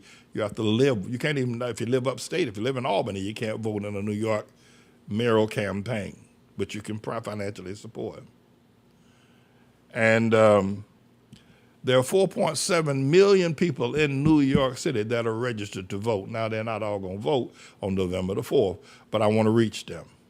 I want to reach every last one of them, and God's given me a plan to be able to do it, but I need your help. The number of people registered to vote, of course, is 4.7. At present, we have reached 125, that says 100,000, but our numbers keep going up even as we talk. We have reached, in the last week, last 5 days, I think it is, or 4.5 days, we've reached 125,000 New Yorkers. That's what we've reached over the last 4.5 days. Now, I plan to reach, through social media, I plan to reach 100,000 New Yorkers per day. Every day from now until November 4th, I plan to reach 100,000 New Yorkers every day. I want to be able to, and the process of social media, which is much more diverse than CNN or MSNBC or ABC or CBS, which have a pretty, if you will, channel, if you are, audience. Social media is extraordinarily out there. You could have an ex-convict sitting on one end watching a social media platform, and a physician or a PhD person watching the same thing at the same time. It's more diverse. And I want you to listen to me very carefully here now. If you will help me, we can reach every doctor, every dentist, every New York judge, every police officer, every politician, every school teacher, every sanitation worker, every transit worker, every store clerk, every business owner, every news reporter, every editor, every musician, every actor, and more. We can reach every last one of those categories of person through social media. And we can reach 100,000 of them per day. Are you listening to Pastor Manning? Are you listening to Pastor Manning? Are you listening to Pastor Manning? We can reach every doctor, every dentist, every politician, every school teacher, every sanitation, transit worker through social media. We can reach every last one of them, whether they're Democrat, Republican, upside down, inside out. It doesn't matter. We can reach them. We can reach, and I can reach 100,000 of those every day if you'll help me. If you'll help me. Now, the cost to do that is $6,000 per 1 million. Now, that price, that amount could go up. That's based on what we have determined, and I'm not the best mathematician. That's why I went to seminary. You don't have no math classes when you go to seminary. It's all about theology, philosophy, religion, etc. So I went to seminary to avoid having to do math studies. But it will cost $6,000 to reach 1 million people. And that's not bad. That's not bad. It could go up. It could cost more, but I'm gonna anchor it there. So if we're gonna reach 4.7 million people, what we would need would be $24,000. That's a small number to reach and by that we would reach every voter in New York: black, white, red, chartreuse, doctor, lawyer, teacher, ex-convict, convict, liar, thief, actor, homosexual, non-homosexual, Black Lives Matter. We will reach every voter in New York, and we can do it for $24,000. Now, I want to warn you, let's say we're going to run this for the next 30 days. If you start giving today, if we discover that's costing us more than $24,000, you won't hold me to that and say, well, I ain't giving no more because, we could get stalled at some place. None of this is but we're pretty confident we can do that. Here's what you need to do. You need to go to manningformayor.com and donate a minimum of $24. A minimum. Go to Manning for Mayor and donate a minimum of $24. Now, the maximum you can donate is $2,100, and that will be the cap on your donating to the campaign. However, you can always support the church. There is no cap on how much money you can give to the church, how much money you can support the church with. But with $24,000, $24,000. Now, it may cost us a little bit more, and I should have probably margined in a little bit more, but we're up to 125,000 people already. So if we start now with $24,000 or $6,000 per 1 million, I think we should be good. I'll let you know if we're not. But we can reach every doctor, every lawyer, every politician, every Broadway actor, every police officer, every sanitation, every bus driver. We can reach not all these people are not going to vote for me, but we can reach them. We can reach them. If you will go to Manning for Mayor and start donating. And those of you who can give the $2,100, give it now.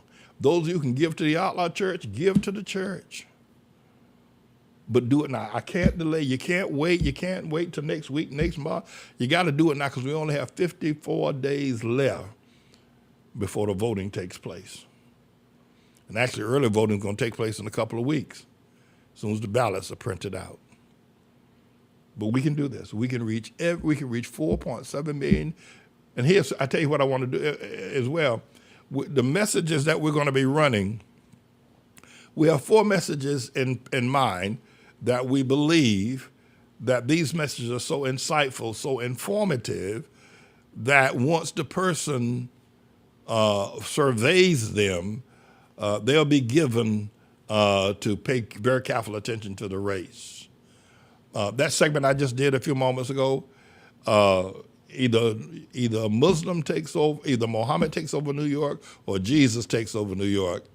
That's gonna be one of the segments. I just did it a second ago. I'm gonna have Jet Pilot, one of our engineers, to quickly get that ready, get that up for get that ready for promotion just as soon before this day is over with.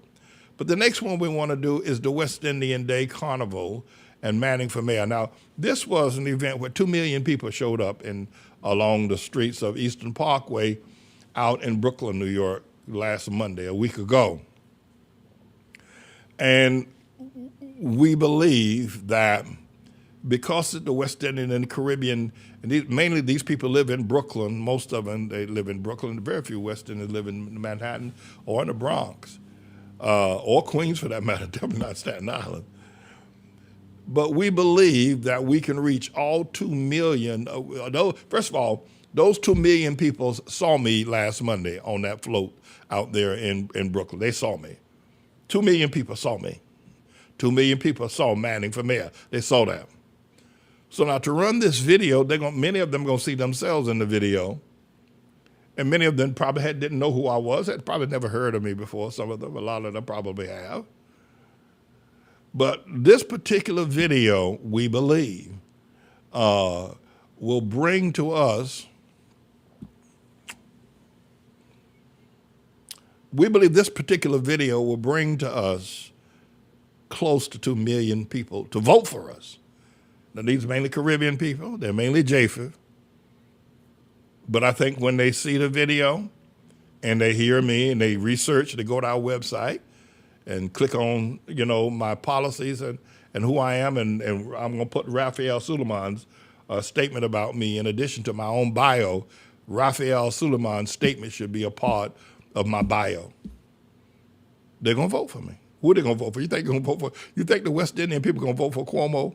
You think they're going to vote for? They might vote for Adams. By the way, I think that Adams is getting a bad deal, but I'm not here to protect him. Mr. Engineer, you know what I'm going to do? I want you to run that particular West Indian Day Carnival and Manning for mayor, so people will see this is what I will be depending on to bring us 100,000, at least 50,000 views per day. This particular video I'm going to be depending on to bring us 50,000 views per day. Run that clip. And don't go anywhere about it. I'll be right back after this clip runs. But no, I believe this is probably one of our real strong points. I can win Brooklyn. I can win the West Indians. I can win this. I don't think that other boy, any of those other characters in the race, got a snowball's chance. This will be running every day, bringing 50,000 eyeballs to my platform. Mr. Engineer. I'm the only one that can cure the spiritual problems of New York City. I can bring healing and I can bring unity. New York City, get ready. Get ready, get ready, get ready, get ready, get ready, get ready. Get ready, get ready, get ready, get ready, get ready, get ready. Get ready, get ready, get ready, get ready, get ready, get ready. Get ready, get ready, get ready, get ready, get ready, get ready. New York City, get ready for a man who will fight for you in all your needs. If you're tired of the lies that you've been told, here's a chance for you to vote for truth. This particular video, uniquely, I said this past Sabbath I was looking for the miracle segment of this, because usually where God creates some sort of miracle for us. But at this particular event last Monday, God put our float right at the intersection of where Eric Adams and his entourage of black suburban Chevrolets were to come out, and where Curtis Lee was to start his march. He had to stand there for nearly a half an hour looking at my sign that says Manning for mayor before they allowed him to march. But this particular, our float could have been somewhere else. It could have, and they wouldn't have paid very much attention, but they had to pay attention. And I was giving them a thumbs down, and it's just a real power move that God put us at position where he put us at Rochester and Eastern Parkway. Right, and you saw Eric Adams' car, a little Mercedes-Benz there. Back it up a little bit, Mr. And can you back it up just a tad? This was really a very powerful, very powerful, I don't know if I will call it a miracle yet, but God put me right where I could challenge Eric Adams and Curtis Lewa. And as Eric goes by, then you're going to see Lewa come by in his red cap. And then, of course, actually, Mondami came up and stood right by our float and took pictures and everything. It's a very interesting day. Go ahead, Mr. Engineer. 50,000 a day is what I expect us to do. Bring to our account. You've been told, here's a chance for you to vote for truth. He's a man with a plan that will get you through your struggles. I can do it. Doesn't matter at all. I can restore joy. Back to New York. It's the dawn of a new day your eyes have never seen. Get ready. ready for change and be truly set free. Love and righteousness. We don't need no politician. Love and righteousness is all we need. Love and righteousness. New York City needs love and righteousness. That's all we need. Yes, he can, yes, he can, yes, he can, and he can, and he will, cause he's the man. Yes, he can, yes, he can, yes, he can, and he can, and he will, cause he's the man. Yes, he can, yes, he can, yes, he can, and he can, and he will, cause he's the man. Yes, he can, yes, he can, yes, he can, and he can, and he will, cause he's the man. Love and righteousness. Yes, he can, yes, he can. We don't need no politician. Love and righteousness. Yes, he can, is all we need. Love and righteousness. Yes, he can, yes, he can, and he can. New York City needs love and righteousness. Yes, he can, that's all we need. Get ready for the next mayor of New York City, James Manning.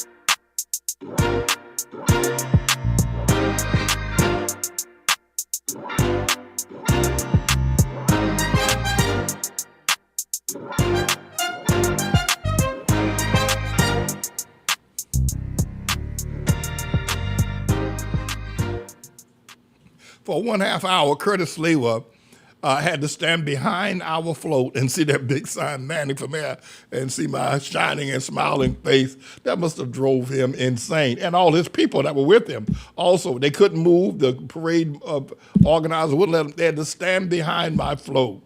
Get behind me, Curtis. Get behind me, boy. But I'm expecting that particular video to run in New York City and to bring 50,000 eyeballs per day. Now, we started it last night, I think about 9 o'clock, and already it's up to between 18 to 20,000 eyeballs, 20,000 views already. We posted it last night after Sabbath, and the elder got home from Costco's. That's the other church that they go to. After they got home from Costco's, they posted it. And it's already got either 18 to 20,000. It may have more than 20,000 right now. We expect it to do 50,000 a day for the next 30 days. 10 days will be 500,000. 20 days will bring us 1 million viewers on that particular video. 1 million viewers in 20 days. 30 days will bring us 1.5 million viewers, mainly Caribbean people. Now, some of the Caribbean friends are going to share it. They work in the doctor's office, or they work in various places. They're going to share it with their JFIF friends, their Latino friends as well. But we expect that particular video, but we need $6,000. Need $6,000 for that video. We need $6,000 for that video to produce 1.5 million views. And if 1.5 million views see me and see that video, they're going to vote for me. I've been hearing last one. Everybody, but who are they going to vote on? Do you think they're going to, after seeing that, they're going to vote for Curtis Lewa or for Eric Adams or for Cuomo? I don't think so. When they see that video and their voters, they're going to vote for me. So, Mr. Engineer, I think we have another video as well that we want. By the way, that's Sabbath doing the singing Sabbath and her daughters, Truth and Anna, that's backing her up. And I think that song is going to live beyond Al Green's song of Love and Righteousness. But then she did a great job on that song as well. We're a very talented group of people here that keeps our ship rolling and sailing here. But also, we're expecting that particular video to bring us over 30 days. Now, we got 50 days. But let's just start the count. We're looking to get 4.7 million views between now and November the 4th. Within 30 days as of yesterday, we expect that particular video by the 7th of September, October rather, to bring us 1.5 million or 1,500,000 views. Okay, all right, that's number one. Now, number two video. Well, that's actually number two. Number three would be the video where I talked about either Muslim or either Muhammad or Jesus wins the New York City mayoral race, and I'm going to put that up. That'll be posted up in a couple of days. I just did that and then did a prayer, but we'll get to that. The next video we're going to put up will be, and these videos will be running consecutively, will be Manning for mayor of New York City, where I knock out Mondani. And I'm going to take a look at this one, and don't go anywhere because I'll be right back. Mr. Engineer, roll that where I knock out Mondani. Hey, Mondani, what's my name? What's my name? What's my name? James Manning. When you go into that voting booth on the 4th of November here in the New York City mayoral election, and when you go in there, whose name you're going to print in the write-in section? Whose name you're going to print in the write-in section on the ballot, Mondami? Who you going to print? Whose name? James Manning. Hey, Mondami, do you understand the words that are coming out of my mouth? Do you understand the words that are coming out of my mouth? Whose name you're going to print on the write-in section on the ballot on November 4th here in the New York City mayoral election? James Manning. All right now, let's get it on. I'm the only one that can cure the spiritual problems of New York City. I can bring healing and I can bring unity. New York City. Get ready. Get ready, get ready, get ready, get ready, get ready, get ready. Get ready, get ready, get ready, get ready, get ready, get ready. Get ready, get ready, get ready, get ready, get ready, get ready. Get ready, get ready, get ready, get ready, get ready, get ready. New York City, get ready for a man who will fight for you in all your needs.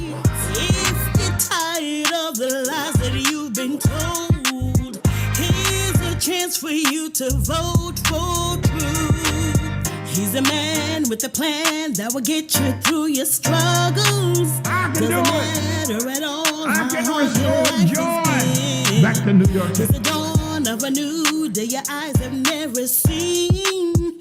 Get ready for change and be truly set free. Love and righteousness. We don't need no politician. Love and righteousness is all we need. Love and righteousness. New York City needs love and righteousness. That's all we need. Yes, he can, yes, he can, yes, he can, and he can, and he will, cause he's the man. Yes, he can, yes, he can, yes, he can, and he can, and he will, cause he's the man. Yes, he can, yes, he can, yes, he can, and he can, and he will, cause he's the man. Yes, he can, yes, he can, yes, he can, and he can, and he will, cause he's the man. Love and righteousness. Yes, he can, yes, he can. We don't need no politician. Love and righteousness. Yes, he can, is all we need. Love and righteousness. Yes, he can, yes, he can, and he can. New York City needs love and righteousness. Yes, he can, that's all we need. Get ready for the next mayor of New York City, James Manning.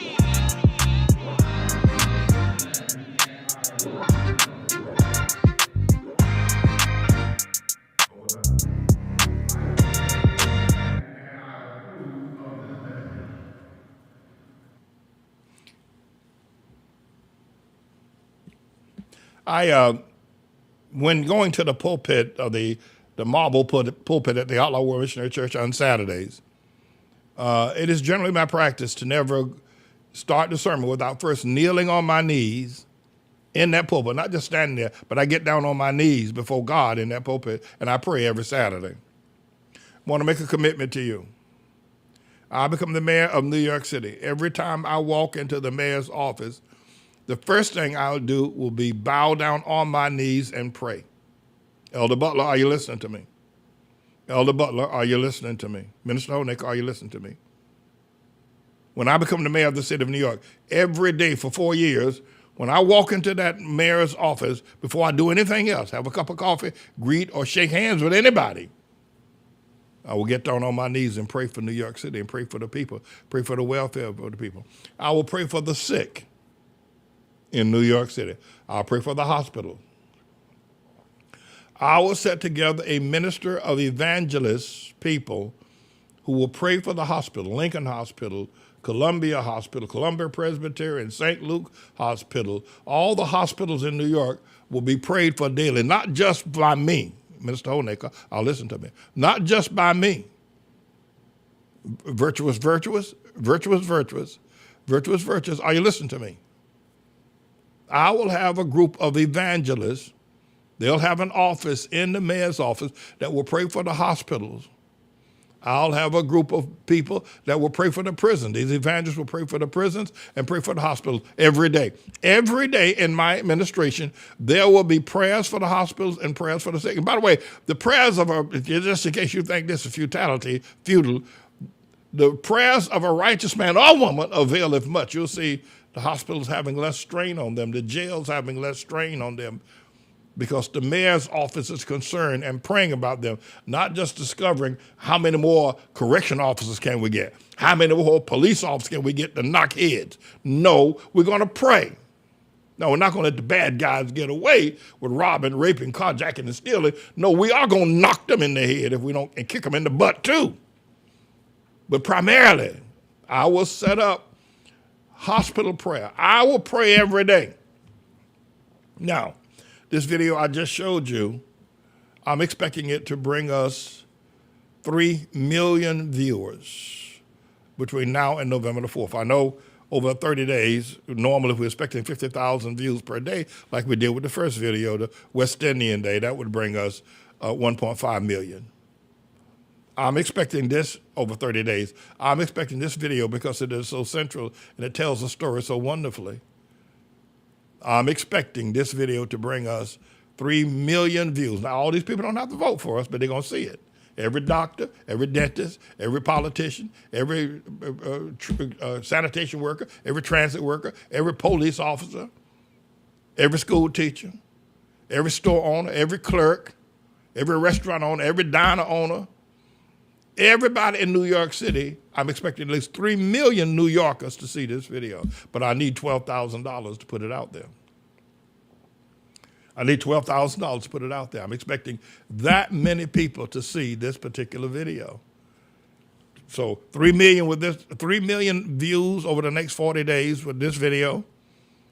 1.5 million views on that West Indian Day. That's 4.5 million. We only have 200,000 people left to reach every voter in New York City. And that's the plan. I'm the man with the plan. He's the can man. I'm the can. He's the man. He's the plan. He's the plan. You can, just can. It's what we're planning to do, but I need your help. You can't let this Muslim take New York City. You're going to have to close down your school for 30 days for Ramadan. Now listen to me very carefully. You let this Muslim, you can talk about me, you can have all your, well, he ain't for the black man, he ain't for black people. And I've been living in Harlem for 45 years and been teaching and educating black children, putting black men together with their wives and their families for 45 years. I've been feeding and housing homeless people for 45 years, and black people, and you say I ain't for the black people. What a lie the devil has told. The devil just lies on me. Well, he ain't he what? You want me to pamper you, give you more SNAP money, give you more, make you lazier, let your mama, your children have babies 90 going north, and you let that filth come into your house. You let your daughter run around getting knocked up by any Tom, Dick, and Harry, and then bring that filth in your house talking about this is your grandchild. your filthy self, with your godless self. And well, he's supposed to be loving and compassionate. I see what you're about. No. No, I'm going to tell it like it is. Black people got a lot of problems. Those black people got a lot of problems. They had Harlem, they lost that. They got a lot of problems, and they need to be told they got a problem. And their biggest problem is their politicians. That's the biggest problem. Need to get rid of all these black politicians, and because they're all liars and thieves and sellout artists. In fact, I'm going to show you a video in a few moments about Al Sharpton, how Al Sharpton sold out Harlem. I'm going to bring it up in a few moments. But I want to... This particular video I just showed you, I believe we can get 3 million eyeballs. 3 million eyeballs. Now, some of those eyeballs would be children, but their children would tell their parents. So far, we're up to $18,000, but I need you to go to manningformayor.com. You're going to sit there and say, I ain't donating because he ain't for the black man. And he talked about my Bishop Jakes and said Bishop Jakes was this and that and the other. And well, I ain't said no more. I haven't said anything worse than what God said about Bishop Jakes and Puff Daddy hanging out together, making love together, where all of us have sinned and none of us have come. All of us have sinned and come short of the glory of God.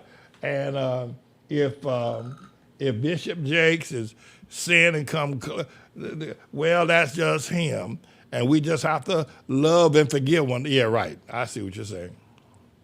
No, you sit there and you're going to give this position over to a Muslim when you can give it over to a Christian. It's as simple as that. It's as plain and simple. There are no two ways about it. You can give the office of mayor by supporting. Go to manningformayor.com. And the other thing is that you got to just stop being so nappy-headed all the time. You got to stop being so hard-headed all the time. Black people are in trouble. They are the lowest people on the world's totem pole. I didn't do that. I'm here to try to lift them up. I'm here to comfort them. I'm here to advise and teach them, but I didn't put them there. God knows I'm not the one that put black people where they are. They are there because of where they think. They're there because of their teachers. They're there because of their leaders. And by the way, we weren't always where we are. Going back 70 years ago, we were a strong people, a proud people, ownership people, strong schools, strong families. Every household had a husband, and they're snoring and passing gas in the bedroom at night. But 70 years ago, now you can't find that nowhere since we got all these marches and civil rights, Al Sharptons, all these. They've destroyed the black family. They've destroyed, and I tell you the truth about it, running around here talking about Al Sharpton and Obama, two freaks. And everywhere you look, and by the way, we didn't have any homelessness 40 years ago. No, we didn't. Oh, homelessness. What homelessness are you talking about in New York, Los Angeles? It's only when you start getting all these black people being the mayors of these cities and black congresspersons and judges, that's when you start getting all this homeless, all this brokenness, all this filth going in and out of our churches. Well, see, that's why we don't like you. Okay, go and vote for the Muslim. And every year you're going to have to stop everything for 30 days, and they're going to make you fast for 30 days because Ramadan, you'll have to fast. You ain't going to be running around talking about you sneaking some. They're going to be watching you because that Muslim, that boy, what's his name? Mandami, he's going to make you fast. Nah, he's going to do it. So, Mr. Engineer, I think we have one other video. I want to run this video. I don't want to exploit this person, who I think is a good person. He's a bisexual person. His name is Joseph McFadden. And I don't want to exploit him, but I've posted up his video, and so far between the two videos that I've showed you, we've got 4.5 million viewers. I pray that this video that I'm going to show you in just a few moments will bring us another 50,000 views, bring us up to 5 million eyeballs in New York, beyond the 4.7 million registered voters that we have. So I'm going to let you listen to this, and I believe that Joseph McFadden is a wise man. I don't approve of his homosexuality. I've had a lot of homosexuals stand in our pulpit. I've had some that confessed that they were. I've had some people stand in our pulpit and confess that they were contemplating. I have women stand in our pulpit, a couple of them, and confess they were contemplating becoming lesbians. And yet God loves them, and I love them too. And I've had a lot of people who are closet homosexuals stand in our pulpit. But this man was open, and I embraced him. He is hoping that I will do more embracing of the LGBTQ community, and I'm hoping that he will come and become a member of our church. I've asked him to become a member of our church. I'm going to let you listen to him. Mr. Engineer, bring up that tape.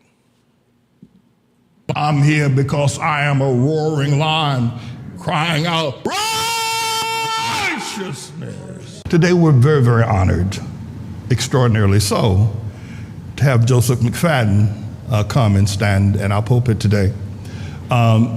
Joseph, he calls himself Joey, or that's what I call him, has been coming to our church now for a couple of months. I'm not sure exactly when the first time he showed up and the first time we had a conversation, but he's been coming for several times. And I discovered some time ago that he's a writer and that he was writing for a particular magazine. He's now writing with the Young Voices organization, and he's also a volunteer with the Braver Angels Depolarization, which is a not-for-profit organization as well, and he has his own podcast called Response.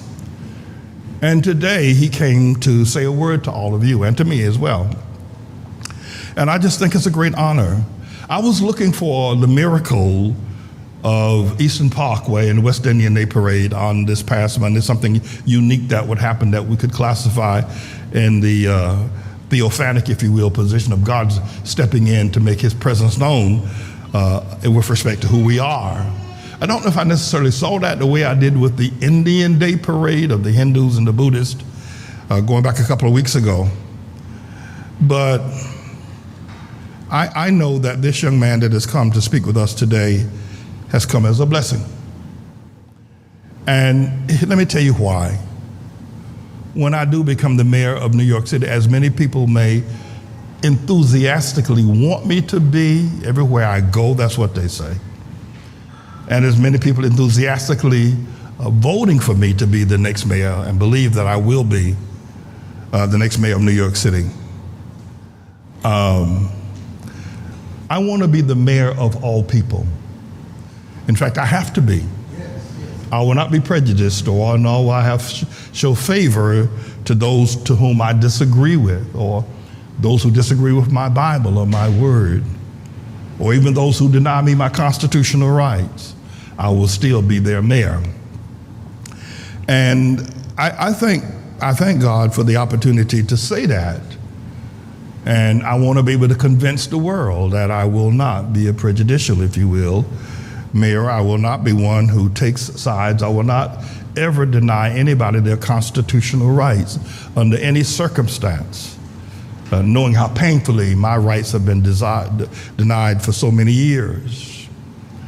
But Joseph McFadden, Joey McFadden, I asked him to speak. I asked him to do this. And he said yes. That's very courageous. I also asked him to be a member of the church. He turned that down, but but who knows what will happen in the future. I'm thankful for the people that the Lord brings into my life. And it is quite an honor. The other thing, I have to be honest with this, because the Lord knows what's in my heart, and I don't want to try to pull the wool over your eyes. I have to tell y'all the truth. And here it is about Joey McFadden speaking today. He's a writer and a prolific one, a very good one. He has an extraordinary future in writing, especially since AI is becoming so prevalent in terms of our understanding of the world, our understanding of communications. Communications will be perhaps the most prominent, even more prominent and powerful than politicians in the very short years to come. And he's a communicator.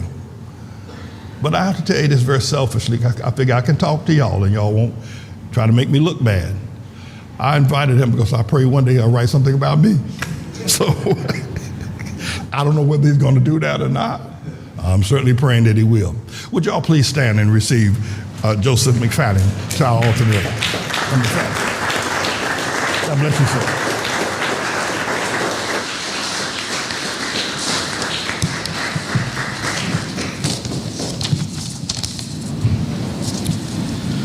Well, thank you. Is this close enough? Is this good? Is this good right here? Yeah, okay. Well, thank you so much for those kind words. I really appreciated it. And thank you so much for giving me the opportunity to speak here at ATLA. It reflects the kindness I have consistently been shown since I began visiting your church earlier this year. When I began coming here, I made it clear why. I'm an openly bisexual man who wants to bridge a seemingly impossible divide with a church known for very conservative rhetoric about LGBT issues. I felt inspired to seek out a church like this because of the work of a man named Daryl Davis, a black man who has befriended hundreds of Ku Klux Klan members. However, I would be remiss if I did not acknowledge that those folks would not be exactly as enthusiastic as I am to visit this black church. In researching ATLA, I read of one of the church's most notorious signs: Jesus would stone homos. And yet, I somehow had faith that if I came here, I would be treated with kindness. Just as Daryl Davis so often overcame initial signs of hostility with people he thought hated him, but whose hearts melted in the face of the kindness and love he showed them. President Lincoln's attitude toward those he initially disliked embodies the spirit of my presence here. He said, quote, "I don't like that man. I must get to know him better," end quote. I hold a different worldview than you do with regard to homosexuality, and I respectfully disagree with your signs, your beliefs, your stances.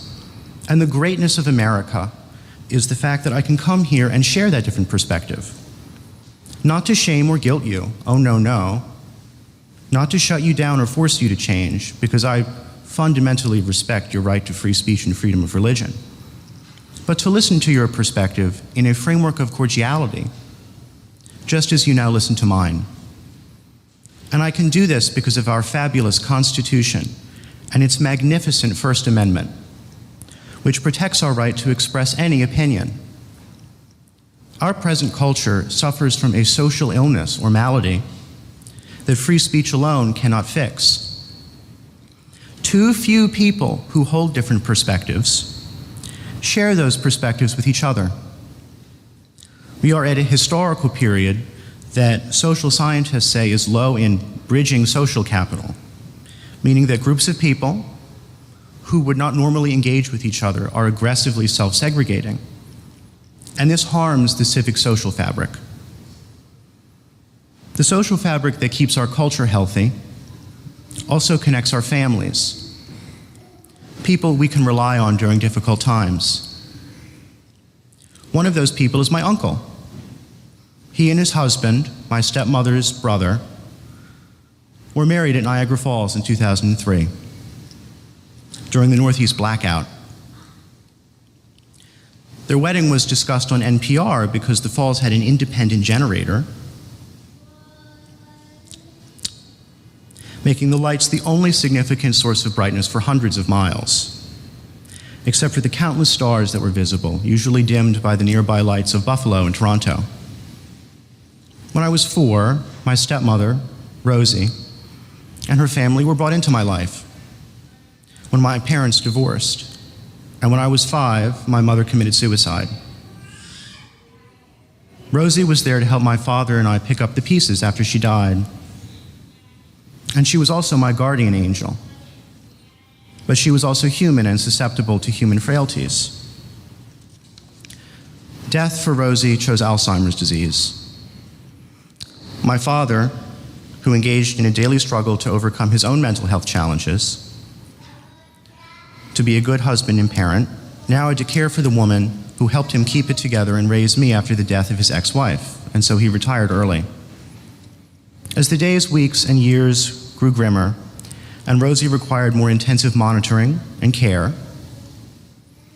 as not only her memory slipped away, but also her capacity to function independently, our family had to consider moving her into memory care.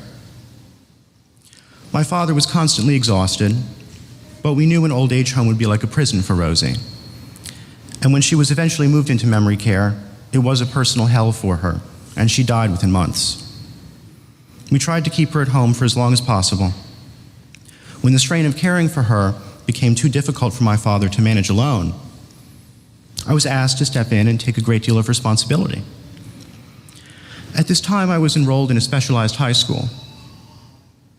The friends and teachers there were a supportive community that made the tragedy that unfolded during my adolescence less painful. The school also came with an intensive workload, making it challenging for me to help my father care for her. And transferring to a different school was discussed. That is when my uncle stepped in. He gave his time, energy, love, and devotion to provide my father with the support he needed to keep Rosie at home for as long as possible. He helped me keep the supportive community that made every day more bearable during years of grieving. If he could not be with his husband, and thus not part of our family, our lives would have been much worse. When we love someone, we see past the labels to who they really are, their struggles, their kindness, and their humanity. That's what's happening here. You welcomed me with uncertainty that became hugs and warm greetings. What I thought was a monolith became real people with complex lives and hearts. Through the love Christ calls agape, the love I offer you and feel from you, I hope you might see that same complexity in the LGBT community that I now see in you. Thank you very much.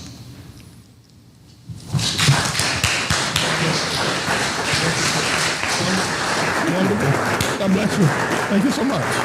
Thank you so very much. That was beautiful speech. Beautiful.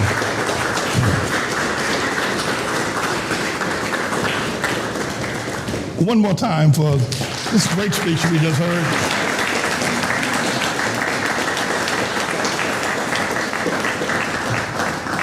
Can I get you to say, Joey, we love you? Can I get y'all to say that? Okay, 1, 2, 3. Joey, we love you. And we're looking to bridge the gap. Is that right? Praise Almighty God. What a beautiful speech. Thank you so very much, Brother McFadden. And thank you all for being so cordial and listening to what he's had to say. This is a great day for us. You may take your seats.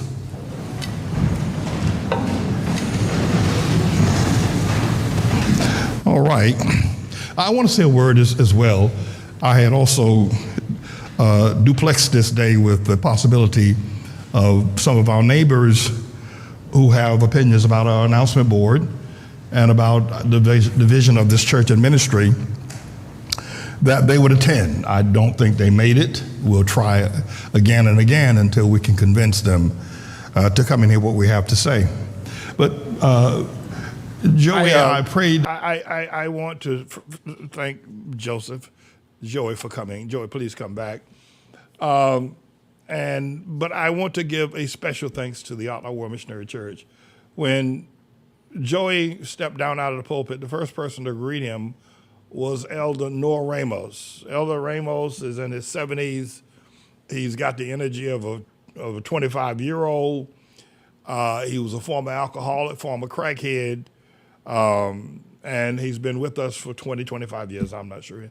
He has his own, if you will, business. He operates a love boat where he shows off, displays animals, and he earns a really, really good living in doing that. People are just very generous to him because he takes care of animals, and he loves animals. And people love animals as well. But he was the first one. And then I think I saw also evangelist Ruth Brown reach out and very cordially talk to him. Actually, Joy could barely get down the aisle to get out the church. All the people coming across the aisles to say hello, to greet him. This is an extraordinary church. Ours is a very beautiful church. And people just, as the woman said on 125th Street, need to get to know me. They need to stop. They need to hear what I'm saying. That is, it's truth. What I say about black people is black people are in trouble. And the thing of it is that they're not old enough to know there's a time when we weren't in trouble. There was a time when black people did not sleep on the street. We have not always been homeless. This has not been the case of black people for the last 150 years. This is only a 50 to 60 year phenomena that has happened because we've lost our way. We need to go back to the way that we had, back to the old landmark. We weren't always homeless. Now, you were good 50 years ago, 70 years ago, you come to New York City, you wouldn't see people sleeping on the street, sleeping on park benches. Everywhere you shake a stick now, you see a homeless man, you see people disparaged, you see people without futures.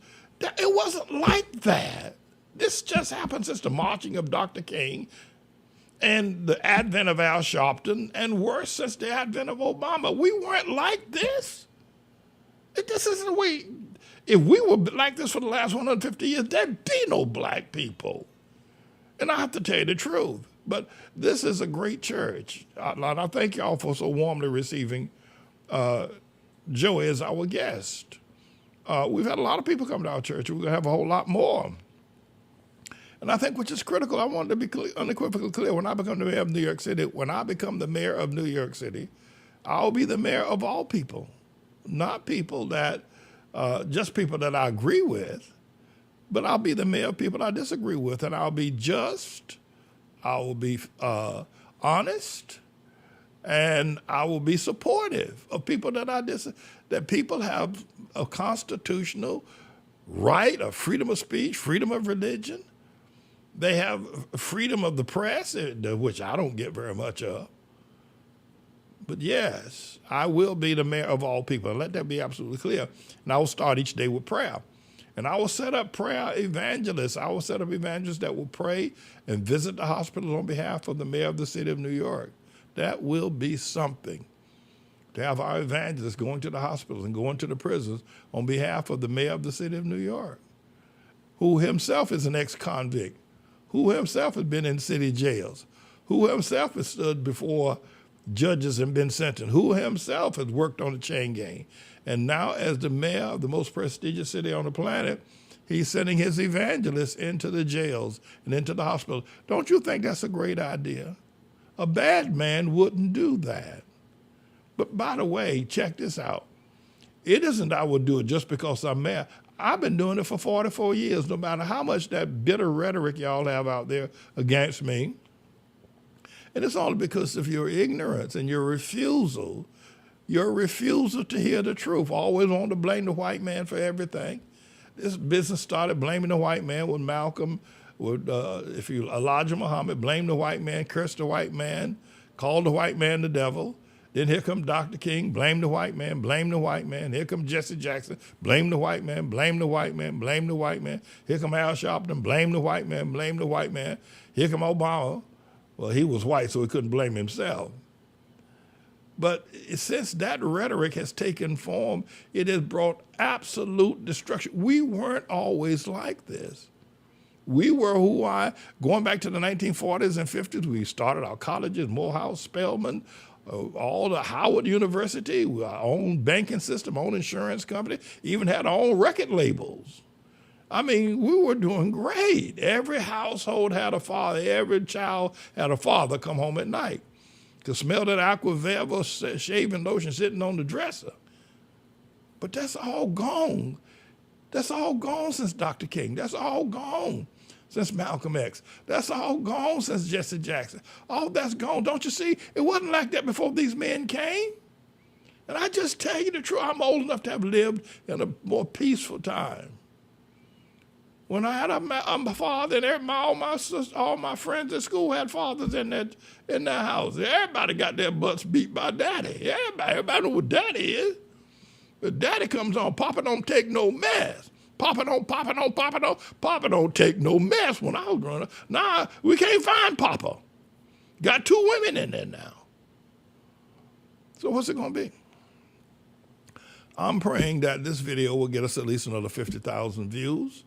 That'll bring us up to 500,000. That brings us up to 5 million. We got 4.5 million up with the videos, the West Indian and the Manning is the greatest. This will get us another 50. Bring us up to 5 million views, but I'm not stopping there. I got one more. I want to do that. But before that, we got some other things we're going to do, and I'm going to be a little bit cryptic now because now I'm getting into some of our really secret plans as I'm planning our push to victory now. I plan to do five boroughs. What I'm referring to is the 5 boroughs 3-day rallies. What I mean by that is that I'm going to spend 3 days sleeping on the streets of these 5 boroughs of New York City. Staten Island will be first. Queens will be second. Brooklyn I'm going to do twice because I'm going to sleep on Flatbush and the Nostrand and Church Street area, either Flatbush and Nostrand or Church. I'll find out exactly where it's going to be in Brooklyn. I'm going to sleep on the streets. Or it may just very well be Nostrand and Fulton, but I don't think so. And then I'm going to sleep on the street in Williamsburg. That's also in Brooklyn, so I'm going to do Brooklyn twice between now and the election. So, and then I'm going to sleep in Williamsburg, yeah, and then Flatbush. So those will be twice, Brooklyn, Williamsburg, and Flatbush. And then I'm going to sleep in the Bronx. I'm going to sleep on the street for 3 days in the Bronx. And I'm going to sleep on Manhattan again because I've already done Manhattan once. I'm going to do it. So it's going to be 5 days and 21 days I'm going to be sleeping on the streets over the next 50 days. So that's a part of our plan. I plan to meet and greet people. I was supposed to have Jeremiah. He calls himself Dr. Farr now. Y'all know Jeremiah, musician Farr? He is a good musician. I mean, I can't take that away from the man. He's an excellent musician. But he calls himself Dr. Musician now. Well, okay, all right. Listen, that's who he is. I call him, I'll tell his mother and father he's Dr. Jeremiah now. But I was going to have him drive me out to Staten Island today. But I got to talk with the lawyers. We got a court case going on today. I got to talk to the accountants. It's just very busy, and I want to spend some time with y'all today. But we're going to Staten Island, and we're going to spend, so I'm going to be pretty busy over the next 21 days going out on the street. And we haven't heard from what the judges have said. There's a possibility of our being on the ballot. I'm not going to even talk about that because it really isn't necessary. And once we've reached 5 million voters, or 5 million people, once we reach 5 million views, right now we're up to 125,000. We got 4,875,000 viewers to go between now and the 4th of November. And we can do it, but I need at least $24,000. And I need you to go to manningformayor.com and donate at least $24. You can donate as much as $21. And while I want to be clear about what we're going to be clear about, you can also support the church. You can also support the church once you give your $2,100, you can keep supporting the church and the work that we do here, building the school and the other things that we do. And you can give no matter where you live. You can live in New Hampshire, you can live in Louisiana, you can live in Florida, you can live in New Mexico, you can live in Colorado, it doesn't matter, Washington State, you can live in Montana, Wyoming, where they do the buffalo chips. And you can donate. You can't vote, but you can donate. So I'm asking you, don't let that Muslim take New York City. When you got a Christian, you can put Jesus in there through me. You can put Jesus in the mayor's office. You can put Jesus in the mayor's office, or you can stand there, do nothing, complain, poke your mouth out, walk around with a chip on your shoulder, and let that Muslim take over where Jesus should be sitting down. Jesus should be in the mayor's office. Jesus should be in that mayor's office, not that Muslim. Now, you're going to have to decide. Are you going to be obstinate, stubborn, and just hard-headed and still running around here talking about Trump and this, that, and the other, and MAGA and all of that? I got a sermon I'm going to preach about Gog and Magog where Vladimir Putin, who is Gog, got together with Xi Jinping over there in China last week, which is Magog, and off to the left of Xi Jinping was that Korean boy over there, Kim Jong-un. All three of them are now together, along with Prime Minister Modi from India. Gog and Magog has finally made their appearance. I'll get to that, but right now, today I wanted to be able to discuss with you the plan to get at least 5 1.5 million views between now and I need $24,000. I need to start giving now quick. I need to start doing now. It's either Jesus in that, and many of y'all can do it. You can do it. Just don't, you've been sitting there watching me and listening to me. You can do it. We can put Jesus in that mayor's office rather than that Muslim in Muhammad. Don't let that Muslim, don't do that. Whatever you got against me, put it aside. Lay it down. Whatever you got against me, I've been a good man. You know I've been a good man. You know that. I just have torn down, I've told you the truth about yourself. Don't let that Muslim take that seat from Jesus. Don't let that Muslim take that seat from Jesus. By the way, I'm asking you to bring up that Al Sharpton. You got that Al Sharpton video? He is a charlatan of charlatan. This man, Trump is the great liar. But this man is the great deceiver. Got all black people running around here. It's incredible what Al Sharpton has done. And got people like Joe Biden coming to kiss his ring with his crazy self. Roll this and I'll be back. Don't go anywhere, everybody. I'm gonna put this up. I don't know how many views this will get, but I'm gonna put it in a roster of views, looking for that 5 to 6 million views that we're gonna get here in New York City. Back in 1995, there was a fire on 125th Street, next called Freddie's Mart, was set on fire by one of Al Sharpton's supporters. Al Sharpton had led a protest against gentrification and left the scene. One of his followers, one of Al Sharpton's disciples, came back in December of 1995 after Al Sharpton held a protest there that day, took a Molotov cocktail. Now, Freddie's Fashion Mart was a small store, boutique type of store with clothing in it for young people, clothing all over the front in the showcase windows, etc. And it employed 9 mainly Latino employees, young people, school-age people that worked in that store as clerks and salespersons as well. Al Sharpton's, if you will, disciple came back, took a Molotov cocktail, a bottle filled with gasoline with a rag in it, lit the rag, and threw the bottle through the window, showcase window, and the gas went everywhere. All the clothing started burning. So the young people in the store couldn't get out the door. So they ran to the back of the store. The flames kept blazing, and they ran downstairs into the basement, and the flames followed them downstairs. All 9 of those young children were suffocated and burned to a crisp in that fire before the fire department could get there. I remember distinctively being on 125th Street that day when it took place. I'd gone over to the post office, and those 9 children lost their lives with one of Al Sharpton's followers.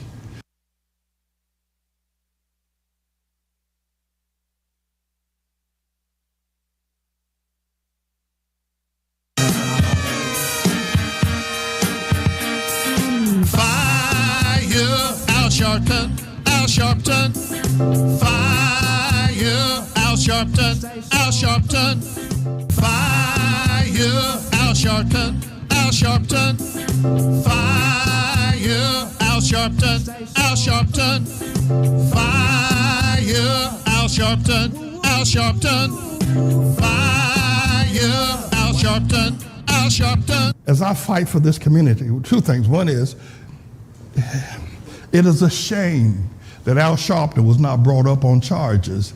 No, he didn't throw the Molotov cocktail, but he was an inspiration for it. The fact that he is worshiped now as a so-called quintessential black man, as a leader of black people, that they go to him, that Joe Biden came to him to kiss his ring to get his approval, is a scandalous, if you will, and a shame that people do not see the truth, and yet they want to blame me as being some sort of an awful person. I've never killed anyone. I've been responsible, and no one has ever followed me has been responsible for seeing the deaths of those 9 teenagers in that store that day. What happened after that is even worse. It gets worse. Al Sharpton, who was prolific at leading protests when gentrification was just starting here in the community, Al Sharpton met with many developers at the Cotton Club on Broadway near the Hudson River.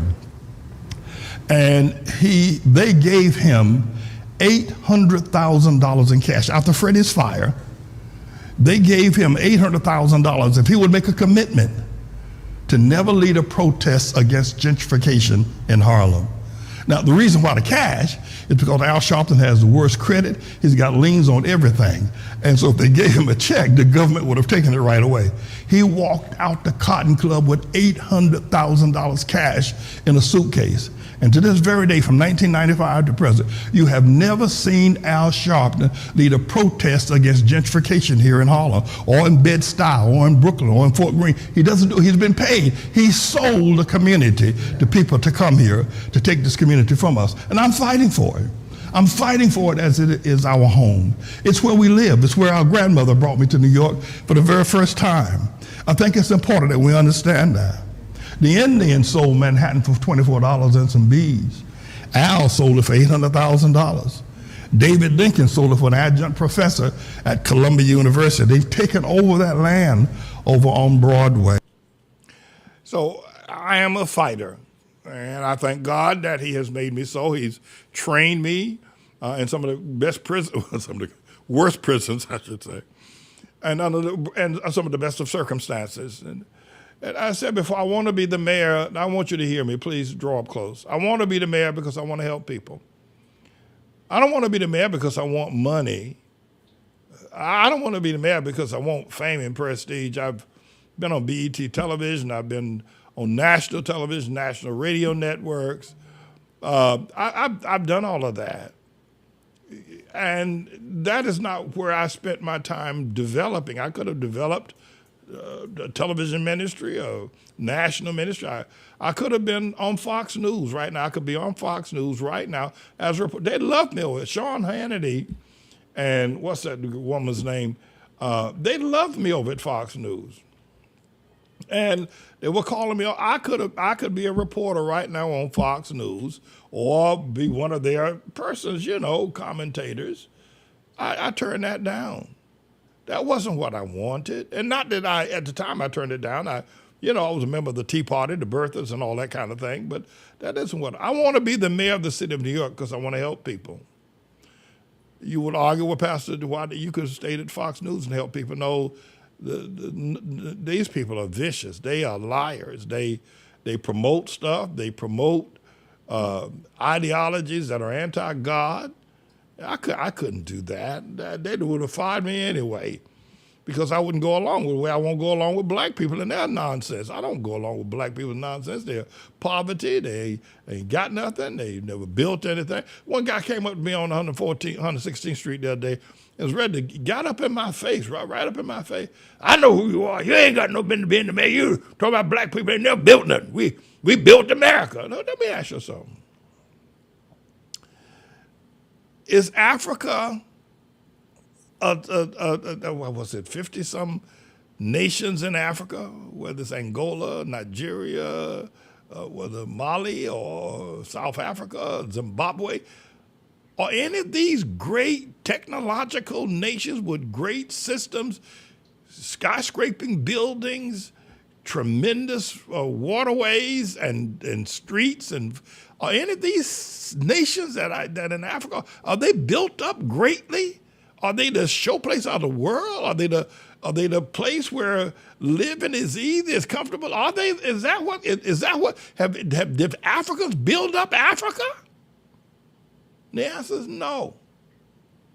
Now you want to run over here and say you built America. Hell, you didn't build Africa when you were there, and while your brother's still there, he ain't built it either.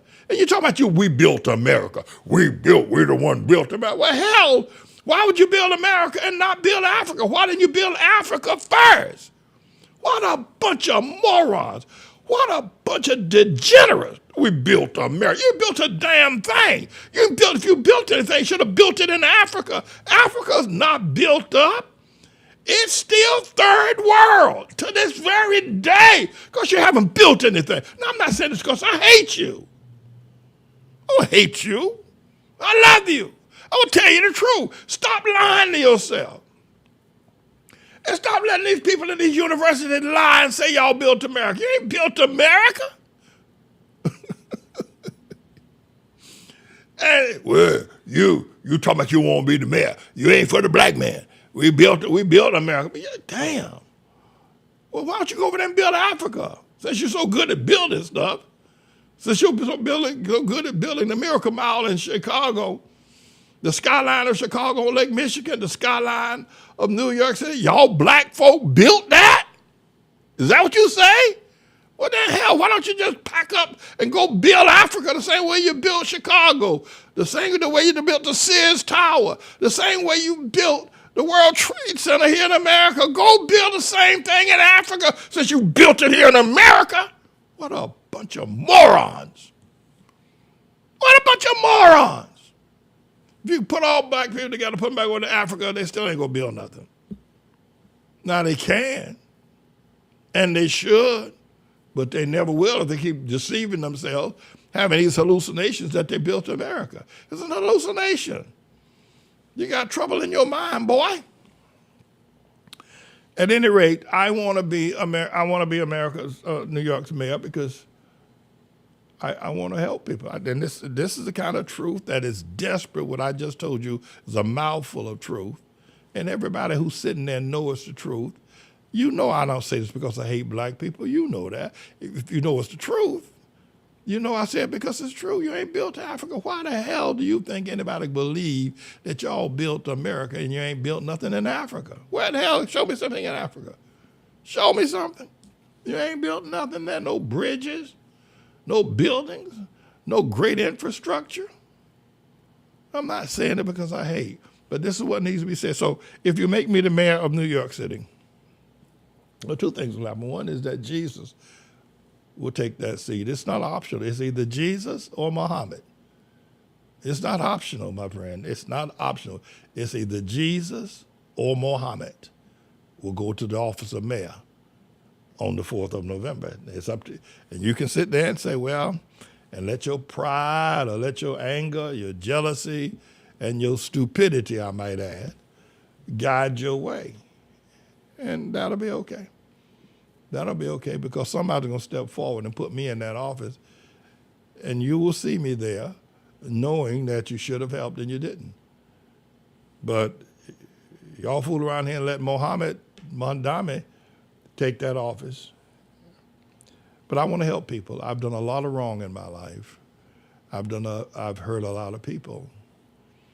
And I think the Lord constantly wants me to feel that because he wants me to turn around. That's why I help people. I've been running a homeless shelter for the last 40 years because I want to help people. I was homeless. And by the way, you know, how about y'all sponsoring some of these beds? I know we got the breakfast program. I haven't talked to y'all much about the breakfast program contributions there, but we got 4 women sleeping in the home. Now that I don't like to talk about them as homeless because some of them are great evangelists, some of them are just great people, but they're in the segment of our building that is for the homeless, and there's 4 of them. And we got 4 beds, except for Rachel Felder. She's now at a hospital or something where she's at because she's on dialysis. And she, she has to do dialysis, so she hasn't been in her room in quite some time.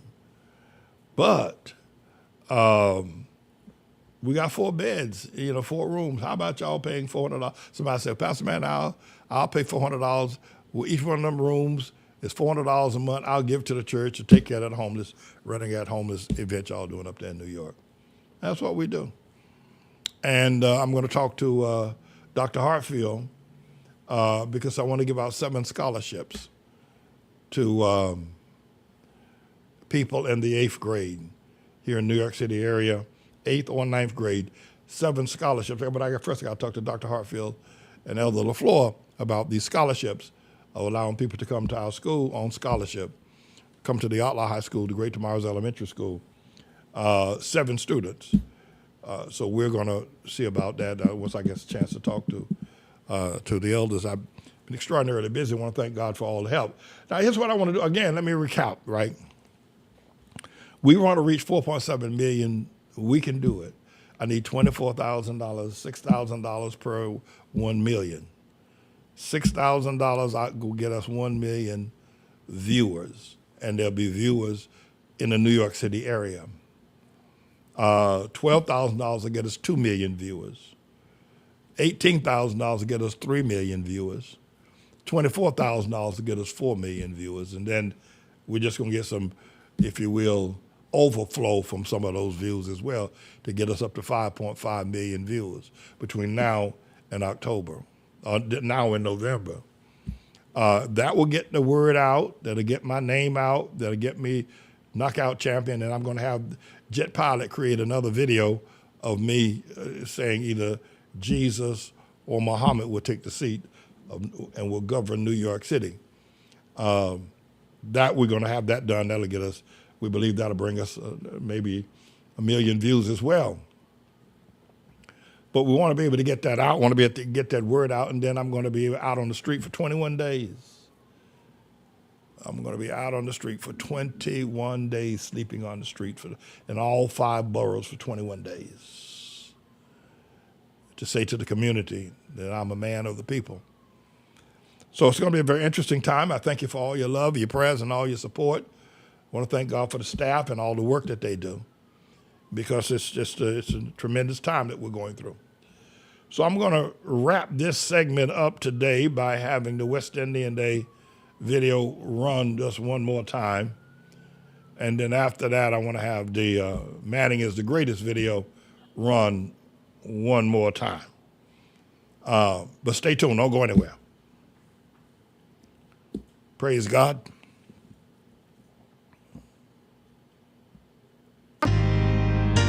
I'm the only one that can cure the spiritual problems of New York City. I can bring healing and I can bring unity. New York City, get ready. Get ready, get ready, get ready, get ready, get ready, get ready. Get ready, get ready, get ready, get ready, get ready, get ready. Get ready, get ready, get ready, get ready, get ready, get ready. Get ready, get ready, get ready, get ready, get ready, get ready. New York City, get ready for a man who will fight for you in all your needs. If you're tired of the lies that you've been told, here's a chance for you to vote for truth. He's a man with a plan that will get you through your struggles. Doesn't matter at all I how can hard restore your life joy. has been. Back to New York It's City. the dawn of a new day your eyes have never seen. Get ready for change and be truly set free. Love and righteousness. We don't need no politician. Love and righteousness is all we need. Love and righteousness. New York City needs love and righteousness. That's all we need. Yes, he can, yes, he can, yes, he can, and he can, and he will, cause he's the man. Yes, he can, yes, he can, yes, he can, and he can, and he will, cause he's the man. Yes, he can, yes, he can, yes, he can, and he can, and he will, cause he's the man. Yes, he can, yes, he can, yes, he can, and he can, and he will, cause he's the man. Love and righteousness. Yes, he can, yes, he can. We don't need no politician. Love and righteousness. Yes, he can, it's all we need. Love and righteousness. Yes, he can, yes, he can, and he can. New York City needs love and righteousness. Yes, he can, that's all we need. Get ready for the next mayor of New York City, James Manning.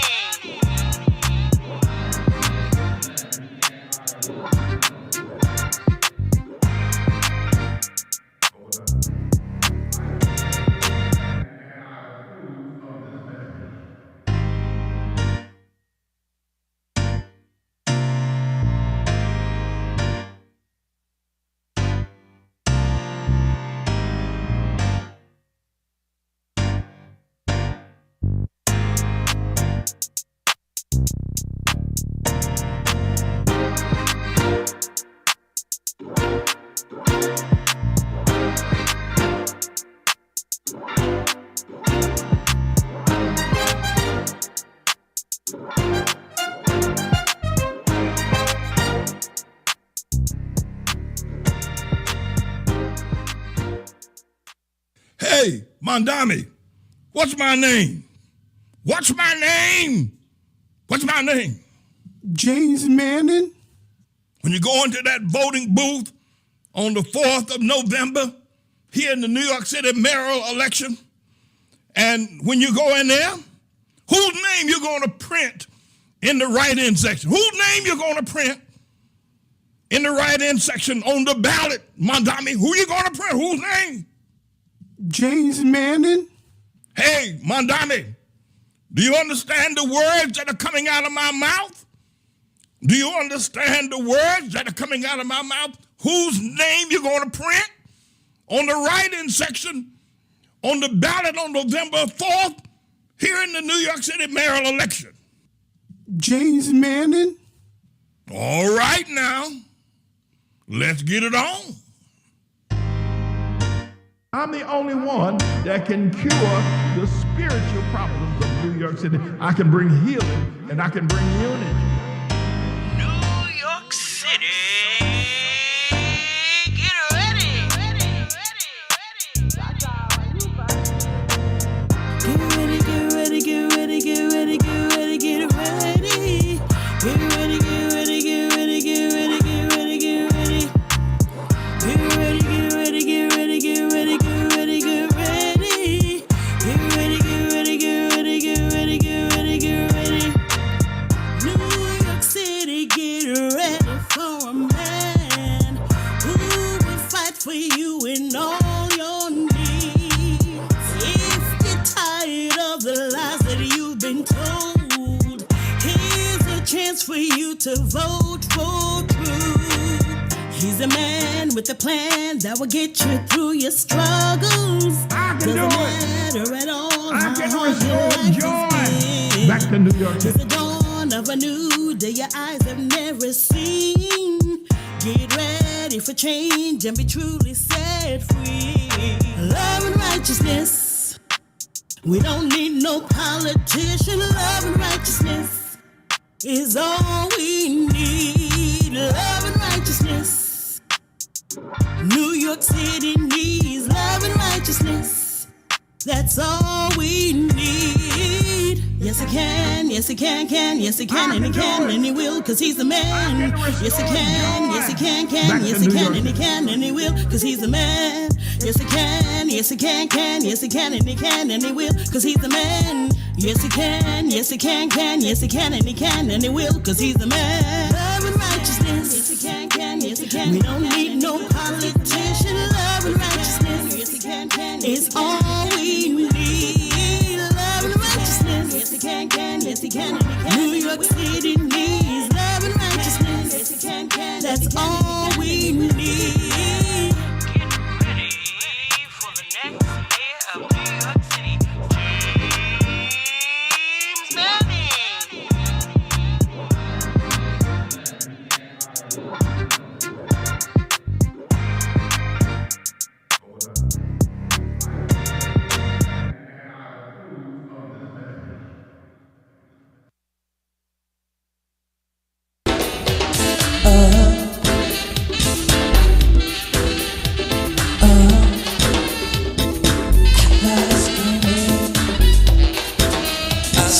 Outlaws coming.